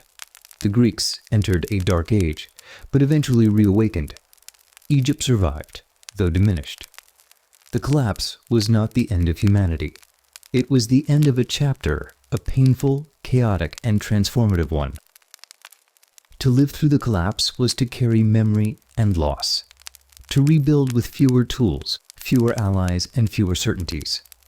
The Sea Peoples were part of that story, but so were the survivors. Their resilience, their adaptation, and their quiet persistence shaped the world that came next. The Bronze Age ended in fire, but the human story continued. What could compel so many different peoples to take to the sea with their families and all their possessions? The Sea Peoples were not just opportunistic raiders. They were likely driven by a perfect storm of catastrophe in their own homelands. Their story didn't start on the ships. It started on the parched earth they left behind. Tree ring data from Anatolia reveals a severe and prolonged megadrought that began around 1250 BCE. This was not a passing dry spell. It was a catastrophic climate shift that lasted for decades. Harvests failed. Grain stores emptied. Rivers shrank. The land cracked beneath the sun. For communities already living on the edge, this was an existential threat. Imagine a village watching its fields turn to dust. The wheat doesn't grow. The barley withers. The cisterns run dry. Children go hungry. Elders whisper of omens. The rituals no longer work. The gods are silent. In such a world, the choice becomes stark. Migrate or starve. And then came the earthquakes. Not one, but many. What scholars now call earthquake storms, a series of powerful quakes that rocked the eastern Mediterranean. Cities were toppled. Temples cracked. Roads split. Villages already weakened by hunger were shattered by stone. The infrastructure of daily life, walls, granaries, wells, was destroyed. Life became untenable. Seen through this lens, the Sea Peoples were climate refugees. Their aggression was born of desperation. They were not simply kicking a dying civilization, they were fleeing a dying land. The drought and the quakes pushed them to the edge. The sea became their only escape. They had the means. Bronze weapons passed down or scavenged from fallen cities. Maritime skills honed over generations of coastal living. Ships built for trade. now repurposed for migration. They packed what they could: tools, livestock, children, and set sail. Not as pirates, but as survivors. Their journey carved a path of destruction, not because they sought conquest, but because the world they entered was unwilling, or unable, to accommodate them. The cities of the Bronze Age were already strained. Famine, rebellion, and collapse had weakened their defenses. When the Sea Peoples arrived, they overwhelmed systems already on the brink. Some cities resisted, others fell. The Sea Peoples did not move as a single army, but as waves of migration. Some fought, some settled, some vanished. Their movement was chaotic, but it was also inevitable. The climate had changed. The land had failed. The sea was the only road left. This was not the story carved into Egyptian stone. It was not a tale of foreign invaders defeated by Pharaoh's might. It was a human story of hunger, fear, and survival. The Sea Peoples were not faceless enemies. They were families on the move, driven by forces beyond their control. And in their wake, the world changed. The palaces of the Bronze Age crumbled. The trade routes dissolved. The old order fell. But from the ashes, new cultures emerged. The Iron Age began. These Sea Peoples may have been refugees, but they were also founders. Their journey ended in ruin, but it also marked the beginning of something new. The collapse of the Bronze Age was not just an ending. It was a transformation. The Sea Peoples, driven by drought and disaster, did not vanish after their migrations. They adapted. They settled. They became part of the new world that rose from the ruins. The environmental collapse reshaped the entire Mediterranean, not only through destruction, but through reinvention. In the Levant, the Philistines emerged as a distinct culture. Their cities, Ashkelon, Ashdod, Ekron, Gath, were built on the ruins of older settlements. Their pottery blended Aegean and local styles. Their diet, architecture, and burial practices marked them as newcomers, but also as innovators. They were not simply remnants of the Sea Peoples. They were something new. In Cyprus, the destruction of coastal cities led to inland migration. New towns appeared, built with different layouts and materials. The island's culture shifted, absorbing influences from Anatolia, the Levant, and the Aegean. The Sea Peoples may have passed through, but their impact lingered. Trade resumed, but the networks were different. The old palatial system was gone. In Greece, the Mycenaean world collapsed, but its memory endured. The linear B script disappeared, but oral tradition survived. These stories, of heroes, voyages, and lost cities, would later become the foundation of Homeric epic. The Sea Peoples may have included displaced Mycenaeans, but the survivors became the seeds of a new Greek identity. In Anatolia, the fall of the Hittite Empire gave rise to smaller kingdoms. The Luwians, Phrygians, and others filled the vacuum. Their languages, art, and political structures were different. The centralized power of Hattusa was gone, replaced by regional diversity. The Sea Peoples had passed through, but the land itself had changed. Egypt survived, but it was transformed. Rameses III repelled the Sea Peoples, but the cost was high. The empire shrank. Its international influence waned. The inscriptions at Medinet Habu celebrated victory, but the reality was more fragile. Egypt entered a period of isolation, focused inward, wary of the outside world. The Iron Age began not with triumph, but with adaptation. Bronze was no longer the dominant metal. Iron tools and weapons spread, cheaper and more accessible. The collapse had leveled the playing field. Small communities could now defend themselves, farm more efficiently, and grow without relying on distant empires. The Sea Peoples were part of this shift. Their migrations disrupted the old order, but they also seeded new possibilities. They brought skills, traditions, and technologies. They forced regions to adapt, to rebuild, to rethink. The destruction they caused was real, but so was the transformation that followed. Cultural memory preserved fragments of their story. In the Bible, the Philistines became rivals of Israel. In Greek myth, echoes of wandering peoples and lost cities appear. In Egyptian reliefs, the sea peoples are frozen in battle, but in archaeology, their legacy is more subtle: hybrid pottery, new settlement patterns, and the quiet persistence of survival. The sea peoples were not just a force of collapse, they were a force of change. Driven by drought, shaken by quakes, and pushed to the sea, they reshaped the world they entered. The Iron Age did not rise from peace. It rose from migration, adaptation, and the long shadow of catastrophe. By 1177 BCE, the Sea Peoples' Confederation had turned its attention to Egypt, the last great power still standing. The Hittites were gone. Mycenae was in ruins. Ugarit had burned. Egypt remained. But it was surrounded by collapse. The Sea Peoples were not just coming to raid, they were coming to settle. Reliefs at Medinet Habu show the scale of the migration. The Sea Peoples' ships were packed with warriors, women, children, and ox carts. These were not raiding vessels. They were floating communities. Their goal was not plunder. It was permanence. The Nile Delta, fertile and strategic, was their destination. Pharaoh Ramesses III, however, was prepared. He had studied their movements, fortified the coast, and devised a trap. He allowed their fleet to enter the narrow channels of the Nile mouths, tight, winding passages where maneuvering was impossible. Then he struck. Egyptian archers lined the banks, unleashing a deadly wall of arrows. The Sea People's ships, crowded together and unable to turn, were caught in the kill zone. Grappling hooks were thrown. Ships were capsized. Warriors fell into the water, dragged down by their armor. The battle was brutal, chaotic, and decisive. Egyptian reliefs show hand-to-hand combat on the decks, bodies in the water, and Sea People's warriors being led away as captives. Ramesses III declared total victory. His inscription boasts, "I slew them, scattered them, burned them." The language is triumphant, absolute. Egypt had survived. But the truth was more complex. The victory was real, but it was not complete. Ramesses' inscription claims the Sea Peoples were made as though they had never existed.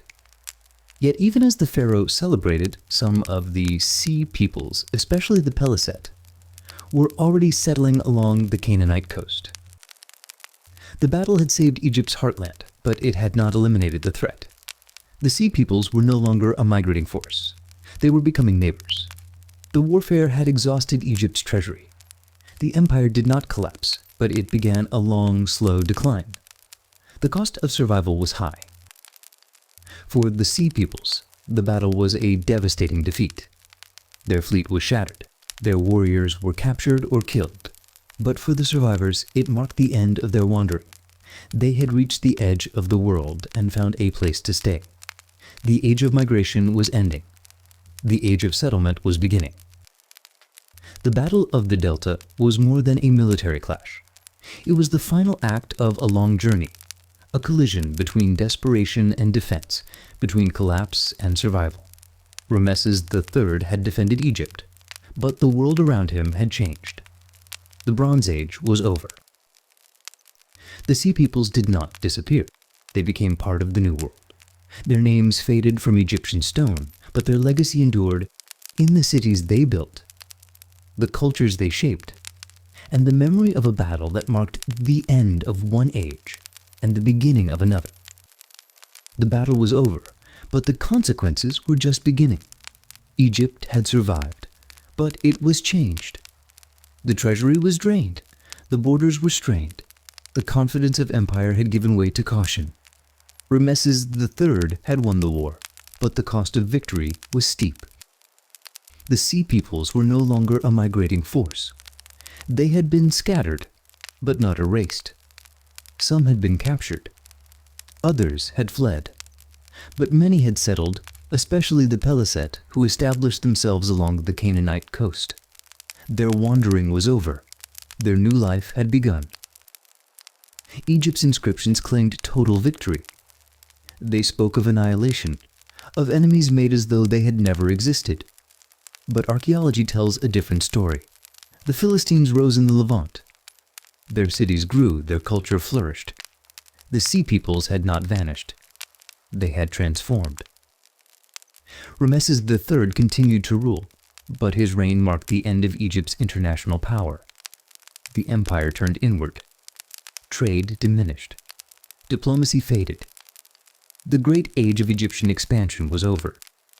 The Nile remained, but the world beyond had changed. The memory of the sea peoples began to fade. Their names were carved into stone, but their voices were lost.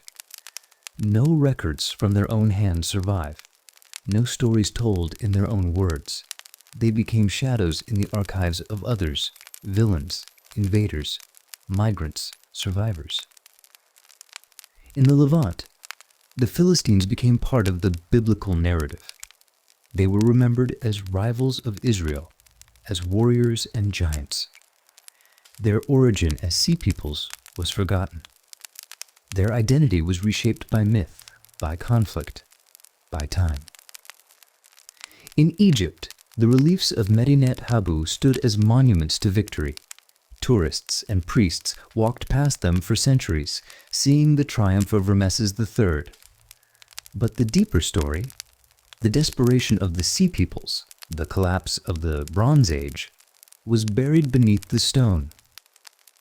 The Iron Age rose from the ruins. New powers emerged: Israel, Phoenicia, Aram. The old palatial systems were gone, replaced by city-states and tribal confederations. The sea peoples had helped clear the ground. Their movement had broken the old order, making space for the new. The battle at the Nile Delta was not just a clash of armies. It was a hinge in history. It marked the end of migration and the beginning of settlement. It closed the chapter of collapse and opened the chapter of reinvention. The sea peoples were no longer on the move. They were part of the land. And so their story faded, not into silence, but into transformation. They became Philistines, neighbors, enemies, legends. Ramesses III had declared their end, but history had other plans. The sea peoples lived on, not in fleets, but in families. Not in raids, but in roots. The world that emerged from 50 years of sea peoples' migrations was almost unrecognizable. The interconnected Bronze Age had shattered into fragments. The palatial networks, the diplomatic archives, the shared rituals, they were gone. For the sea peoples who survived and settled, this was the new reality they had to navigate, a world they had helped create but could no longer control.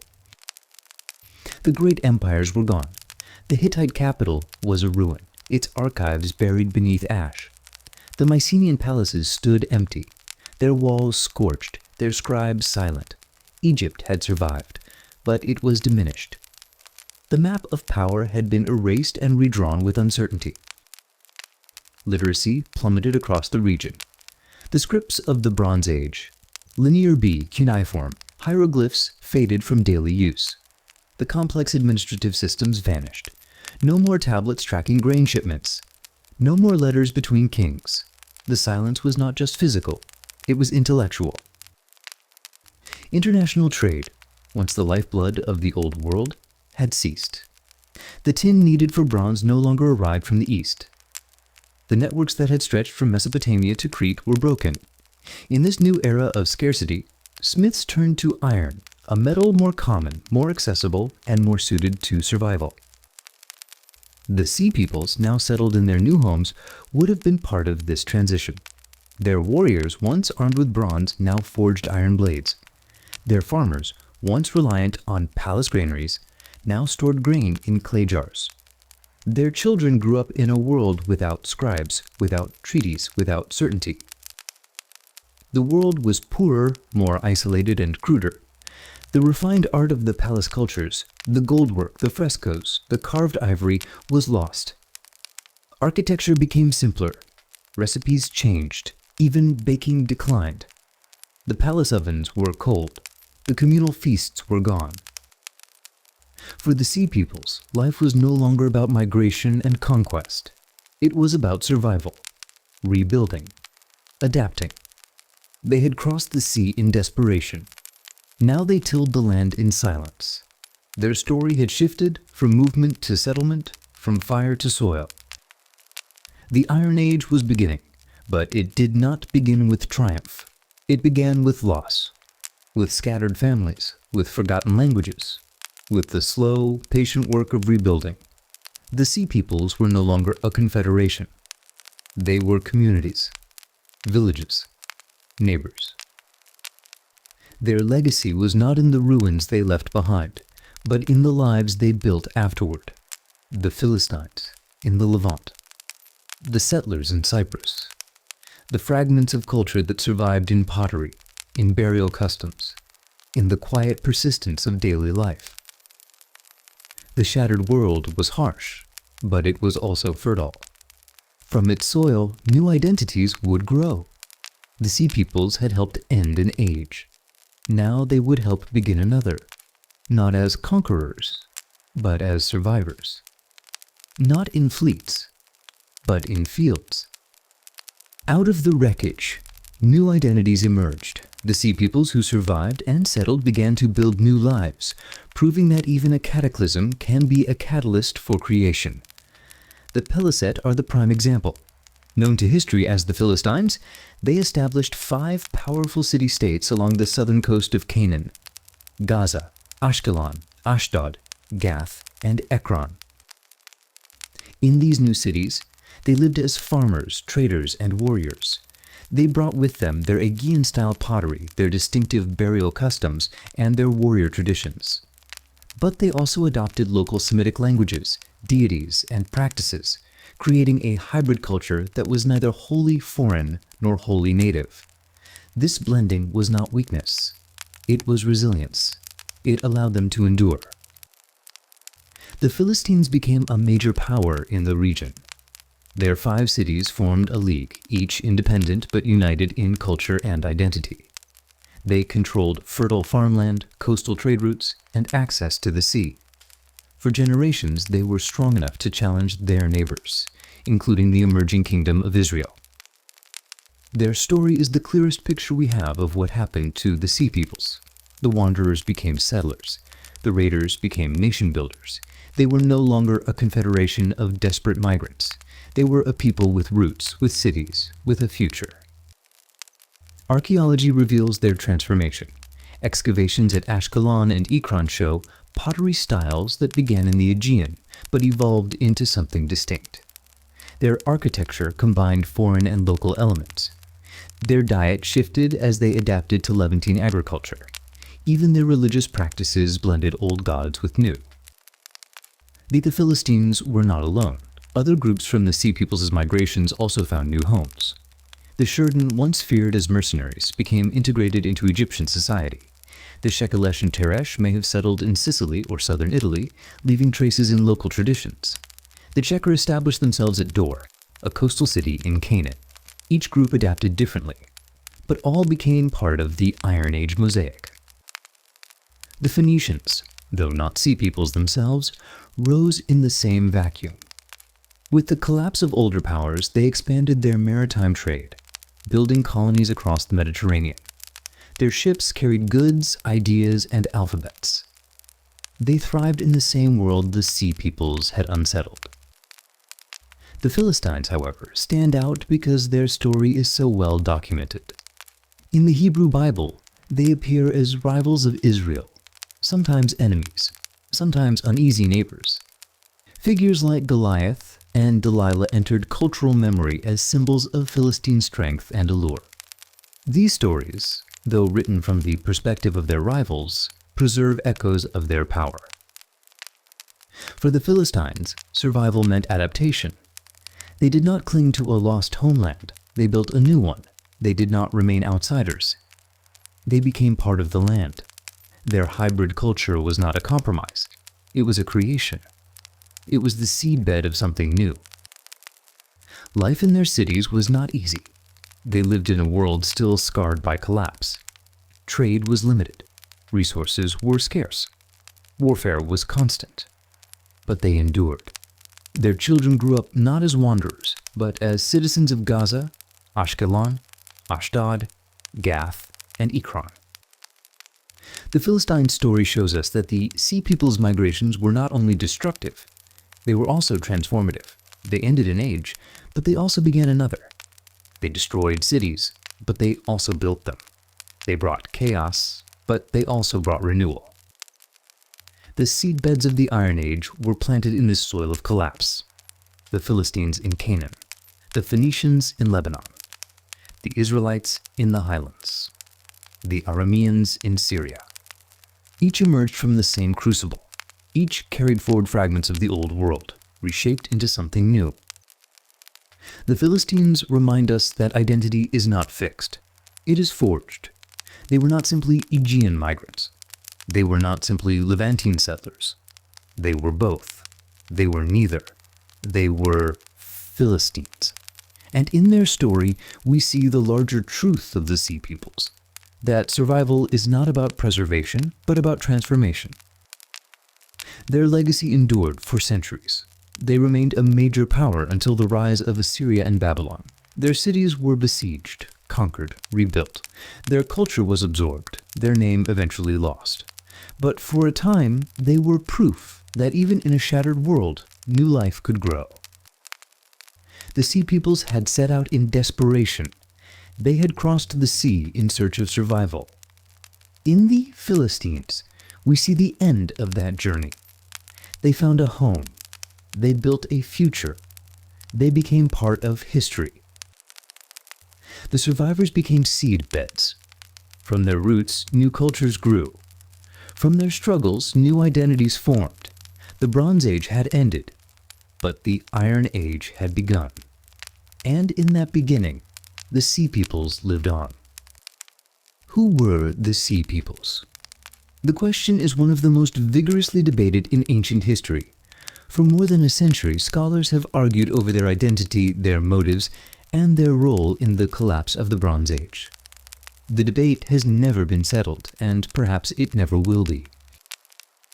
Some see them as climate refugees, driven from their homelands by famine and drought. The evidence of mega-droughts in Anatolia and the Levant is compelling. Tree ring data shows years of failed harvests. Archaeological layers reveal abandoned villages.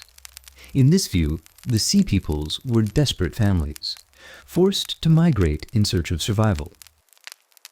Others argue that they were an organized military coalition, a kind of transnational terror network. Egyptian inscriptions describe them as a confederation of tribes, united in their assault on the Nile Delta. Their ships were armed, their warriors carried distinctive weapons, their attacks were coordinated. This was not random migration. It was invasion. The truth is likely a complex mix of both. Scholar Eric Klein offers a vivid metaphor. They were the straw that broke the camel's back, except the camel was already limping, starved, and had 2 broken legs. This captures the paradox. The Sea Peoples were both cause and symptom. They were victims of collapse, and agents of collapse. The debate continues because the evidence is fragmentary. We have Egyptian reliefs, scattered letters, and archaeological ruins. But we lack the Sea People's own voices. They left no written records. Everything we know comes from their enemies, their victims, or the mute testimony of destruction. One school of thought emphasizes their Aegean origins. The pottery styles, the weaponry, and the ship design suggest connections to Mycenaean Greece. Some scholars argue that the fall of the Mycenaean palaces created waves of displaced warriors, who joined together in search of new lands. In this view, the Sea Peoples were Mycenaeans in exile. Another theory points to Anatolia. The collapse of the Hittite Empire left entire populations adrift. Earthquakes, famine, and political turmoil may have driven groups westward and southward. The Shurden, Shekelesh, and others may have originated in this region, carrying with them both desperation and military skill. Still others suggest connections to Sicily, Sardinia, and even the Western Mediterranean.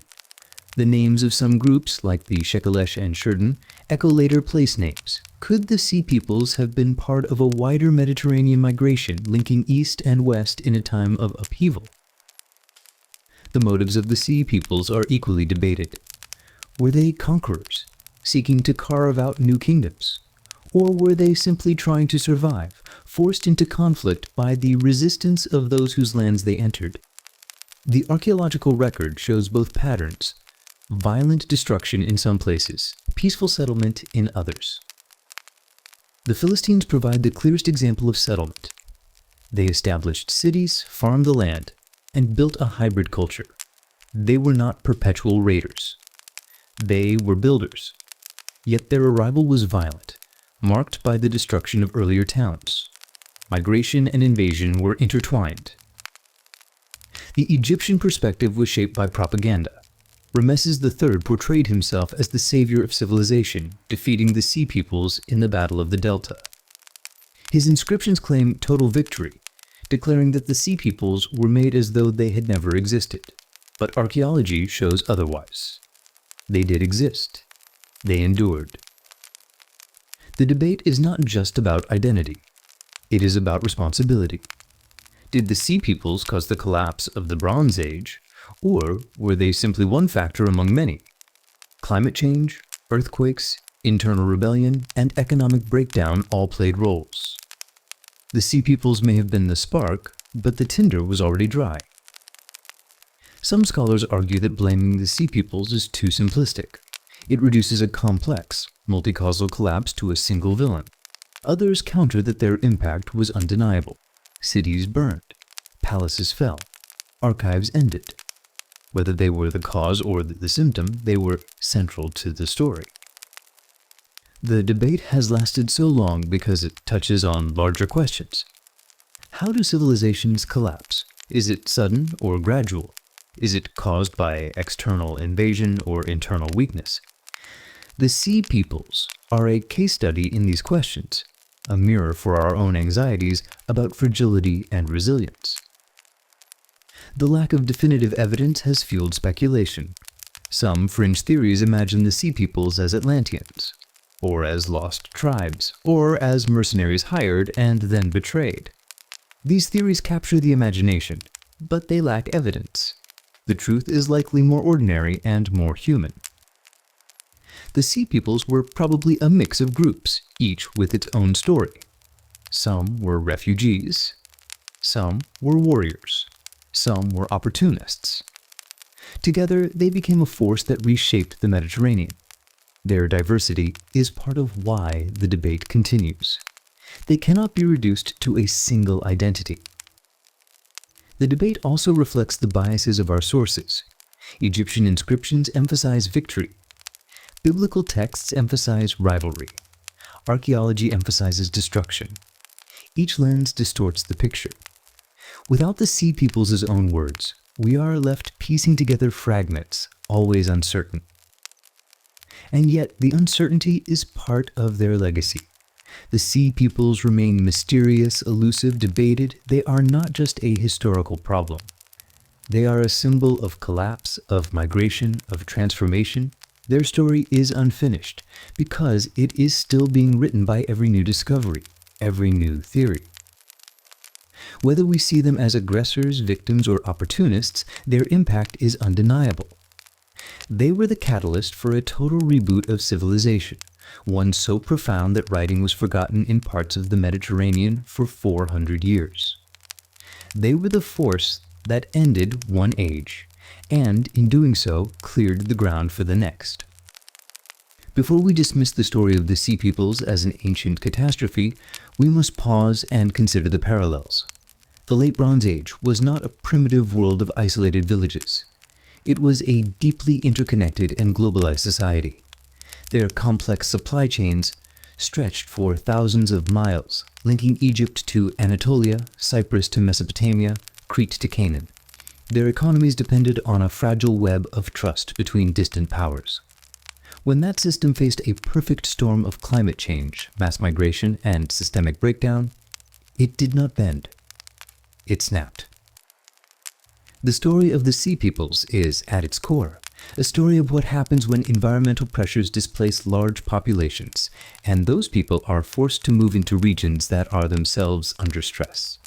It is a human story of migration, conflict, and adaptation. It is not only about battles and ruins. It is about families uprooted, leaders overwhelmed, and systems unable to cope. To today, we face our own versions of these challenges. Our global supply chains are infinitely more complex, stretching across continents and oceans. Our economies are bound together by digital networks, shipping routes, and financial systems. And yet, like the Bronze Age, our prosperity rests on fragile foundations. Climate change, resource scarcity, and mass migration are not distant threats. They are realities we are already confronting. The parallels are striking. In the late Bronze Age, drought turned fertile fields into dust. Today, shifting rainfall patterns and rising temperatures threaten agriculture worldwide. In the late Bronze Age, earthquakes toppled cities already weakened by hunger. Today, natural disasters strike with increasing frequency, amplified by climate change. In the late Bronze Age, displaced peoples moved in search of survival. Today, millions are already on the move, fleeing war, famine, and rising seas. These sea peoples remind us that migration is not an anomaly. It is a constant of human history. When the land fails, people move. When systems collapse, people adapt, but migration is never simple. It brings conflict as well as renewal. It tests the resilience of those who move and those who receive them. The fragility of complex societies is another lesson.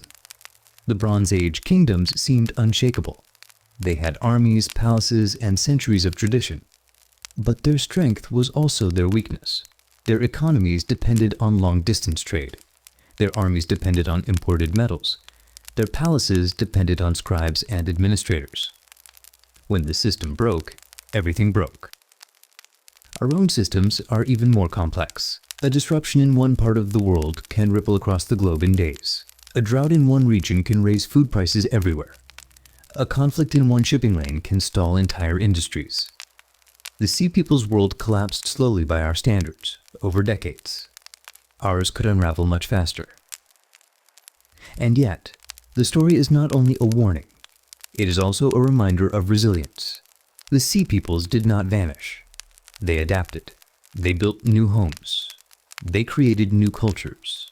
The Iron Age rose from the ruins. Collapse was not the end. It was transformation. For us, the challenge is to learn from their story, to recognize the warning signs, to strengthen our systems against fragility, to prepare for migration not as an anomaly, but as an inevitability, to see in the Sea Peoples not only destruction, but survival. The question, could it happen again, is not hypothetical. It is already happening, in smaller ways. Supply chains disrupted by pandemics, populations displaced by droughts and floods, conflicts sparked by scarcity. These are echoes of the Bronze Age playing out in our own time. The Sea People's story is not just a historical curiosity. It is an urgent, timeless warning about the fragility of complex societies in the face of crisis. It is also a reminder that collapse is not the end of the human story. It is a turning point. The question is not whether collapse can happen again. The question is how we will respond when it does. The Sea Peoples remind us that history is not linear. It is fragile, contingent, and shaped by forces beyond any one kingdom's control. They remind us that migration is not new, that climate change is not unprecedented, and that collapse is not final. They remind us that survival depends not on preserving the old world, but on building a new one. Their story is our story. Their world was globalized, fragile, and vulnerable. So is ours. Their collapse was sudden, devastating, and transformative. Ours could be too. But like them, we will endure.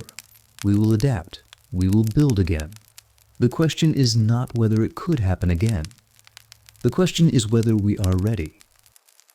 If you've ever wondered what real societal collapse looks like, what happens when the foundations of civilization crack and crumble, the story of the Sea Peoples has given us a master class. If this journey through a forgotten turning point in history resonated with you, I invite you to gently tap the like button. It helps more people discover these stories, and it lets me know that this kind of calm exploration matters to you. If you'd like to continue traveling through history with me, you can subscribe. Each week, we'll explore another moment when the world nearly unraveled, and we'll do it in the same quiet, thoughtful way. And if a particular mystery lingers in your mind, an ancient people, a vanished city, a question that keeps you awake at night, you can share it in the comments. Your reflections help guide the stories we tell next, and they weave this channel into a community of curious, gentle thinkers. The algorithm loves engagement, yes? But more importantly, I do too. Every comment, every subscription is a signal that these stories are worth telling, and that they are reaching the people who need them. So if you'd like to support this work, you know how. But if you'd rather just close your eyes and drift into rest, that is enough too. The story will be here when you wake. So, the Sea People sail off into the mists of history, their true identities fading like salt on old timber. We still do not know what they called themselves. Were they a league, a tribe, a coalition, or simply the hungry? Their exact origins and ultimate fate remain a testament to the profound rupture they caused in the historical record. And yet, their story is not over. Every time a refugee boat seeks a new shore, every time a prolonged drought forces a village to move, we are watching ripples of the same human wave that once crashed against the Bronze Age. The Sea Peoples are not just figures carved into Egyptian stone. They are a mirror, reflecting the timeless human struggle to endure when the land fails, when the world shifts, when survival demands movement. The world eventually rebuilt itself. Iron replaced bronze. New alphabets replaced forgotten scripts. New kingdoms rose where palaces had fallen. But the warning etched into the walls of Medinet Habu remains. Civilization is fragile. The Sea Peoples remind us that no system, however grand, is immune to collapse. Their story is one of displacement, desperation, and the violent search for a home. But it is also a story of adaptation, of survival, of transformation. The Philistines built cities. The Phoenicians expanded trade. The Israelites rose in the Highlands. The Iron Age was not a void. It was a rebirth. The Sea Peoples were both destroyers and creators. They ended an age, but they also seeded the next. Their legacy is not only in the ruins they left behind, but in the cultures that grew from their presence. They remind us that collapse is not the end of the human story. It is a turning point. And so the wave never really retreated. It changed shape. It broke into smaller ripples. It spread across the Mediterranean, across centuries, across memory. The Sea Peoples became Philistines, neighbors, rivals, myths. Their names faded, but their impact endured. History often remembers conquerors and kings. But the Sea Peoples remind us that history is also shaped by the displaced, the desperate, the forgotten. They remind us that migration is not an exception, but a constant. They remind us that fragility is not weakness, but the condition of all human systems. When we look at their story, we are not only looking backward, we are looking at ourselves. We are looking at the refugee boats of today, the drought-stricken villages, the fragile supply chains, the migrations yet to come. We are looking at the same human wave, still moving, still reshaping the world. The Sea People's story is unfinished. It is still being written in every movement of people, in every collapse and rebirth, in every fragile system that bends beneath the weight of change. Their story is our story. Their wave is our wave. So as we close this journey, let us remember civilizations rise and civilizations fall. But humanity endures. We adapt. We move. We build again. The Sea Peoples remind us that endings are beginnings, that collapse is transformation, that fragility is the condition of life itself. And now, as the echoes of their ships fade into the distance, you can let the story settle. You can let the wave recede into quiet. You can rest, knowing that history is not only about loss, but about renewal. The sea peoples have sailed into the mists, but their lesson remains. Civilization is fragile. Humanity is resilient. And the wave that once broke upon the Bronze Age still moves through us today. Good night.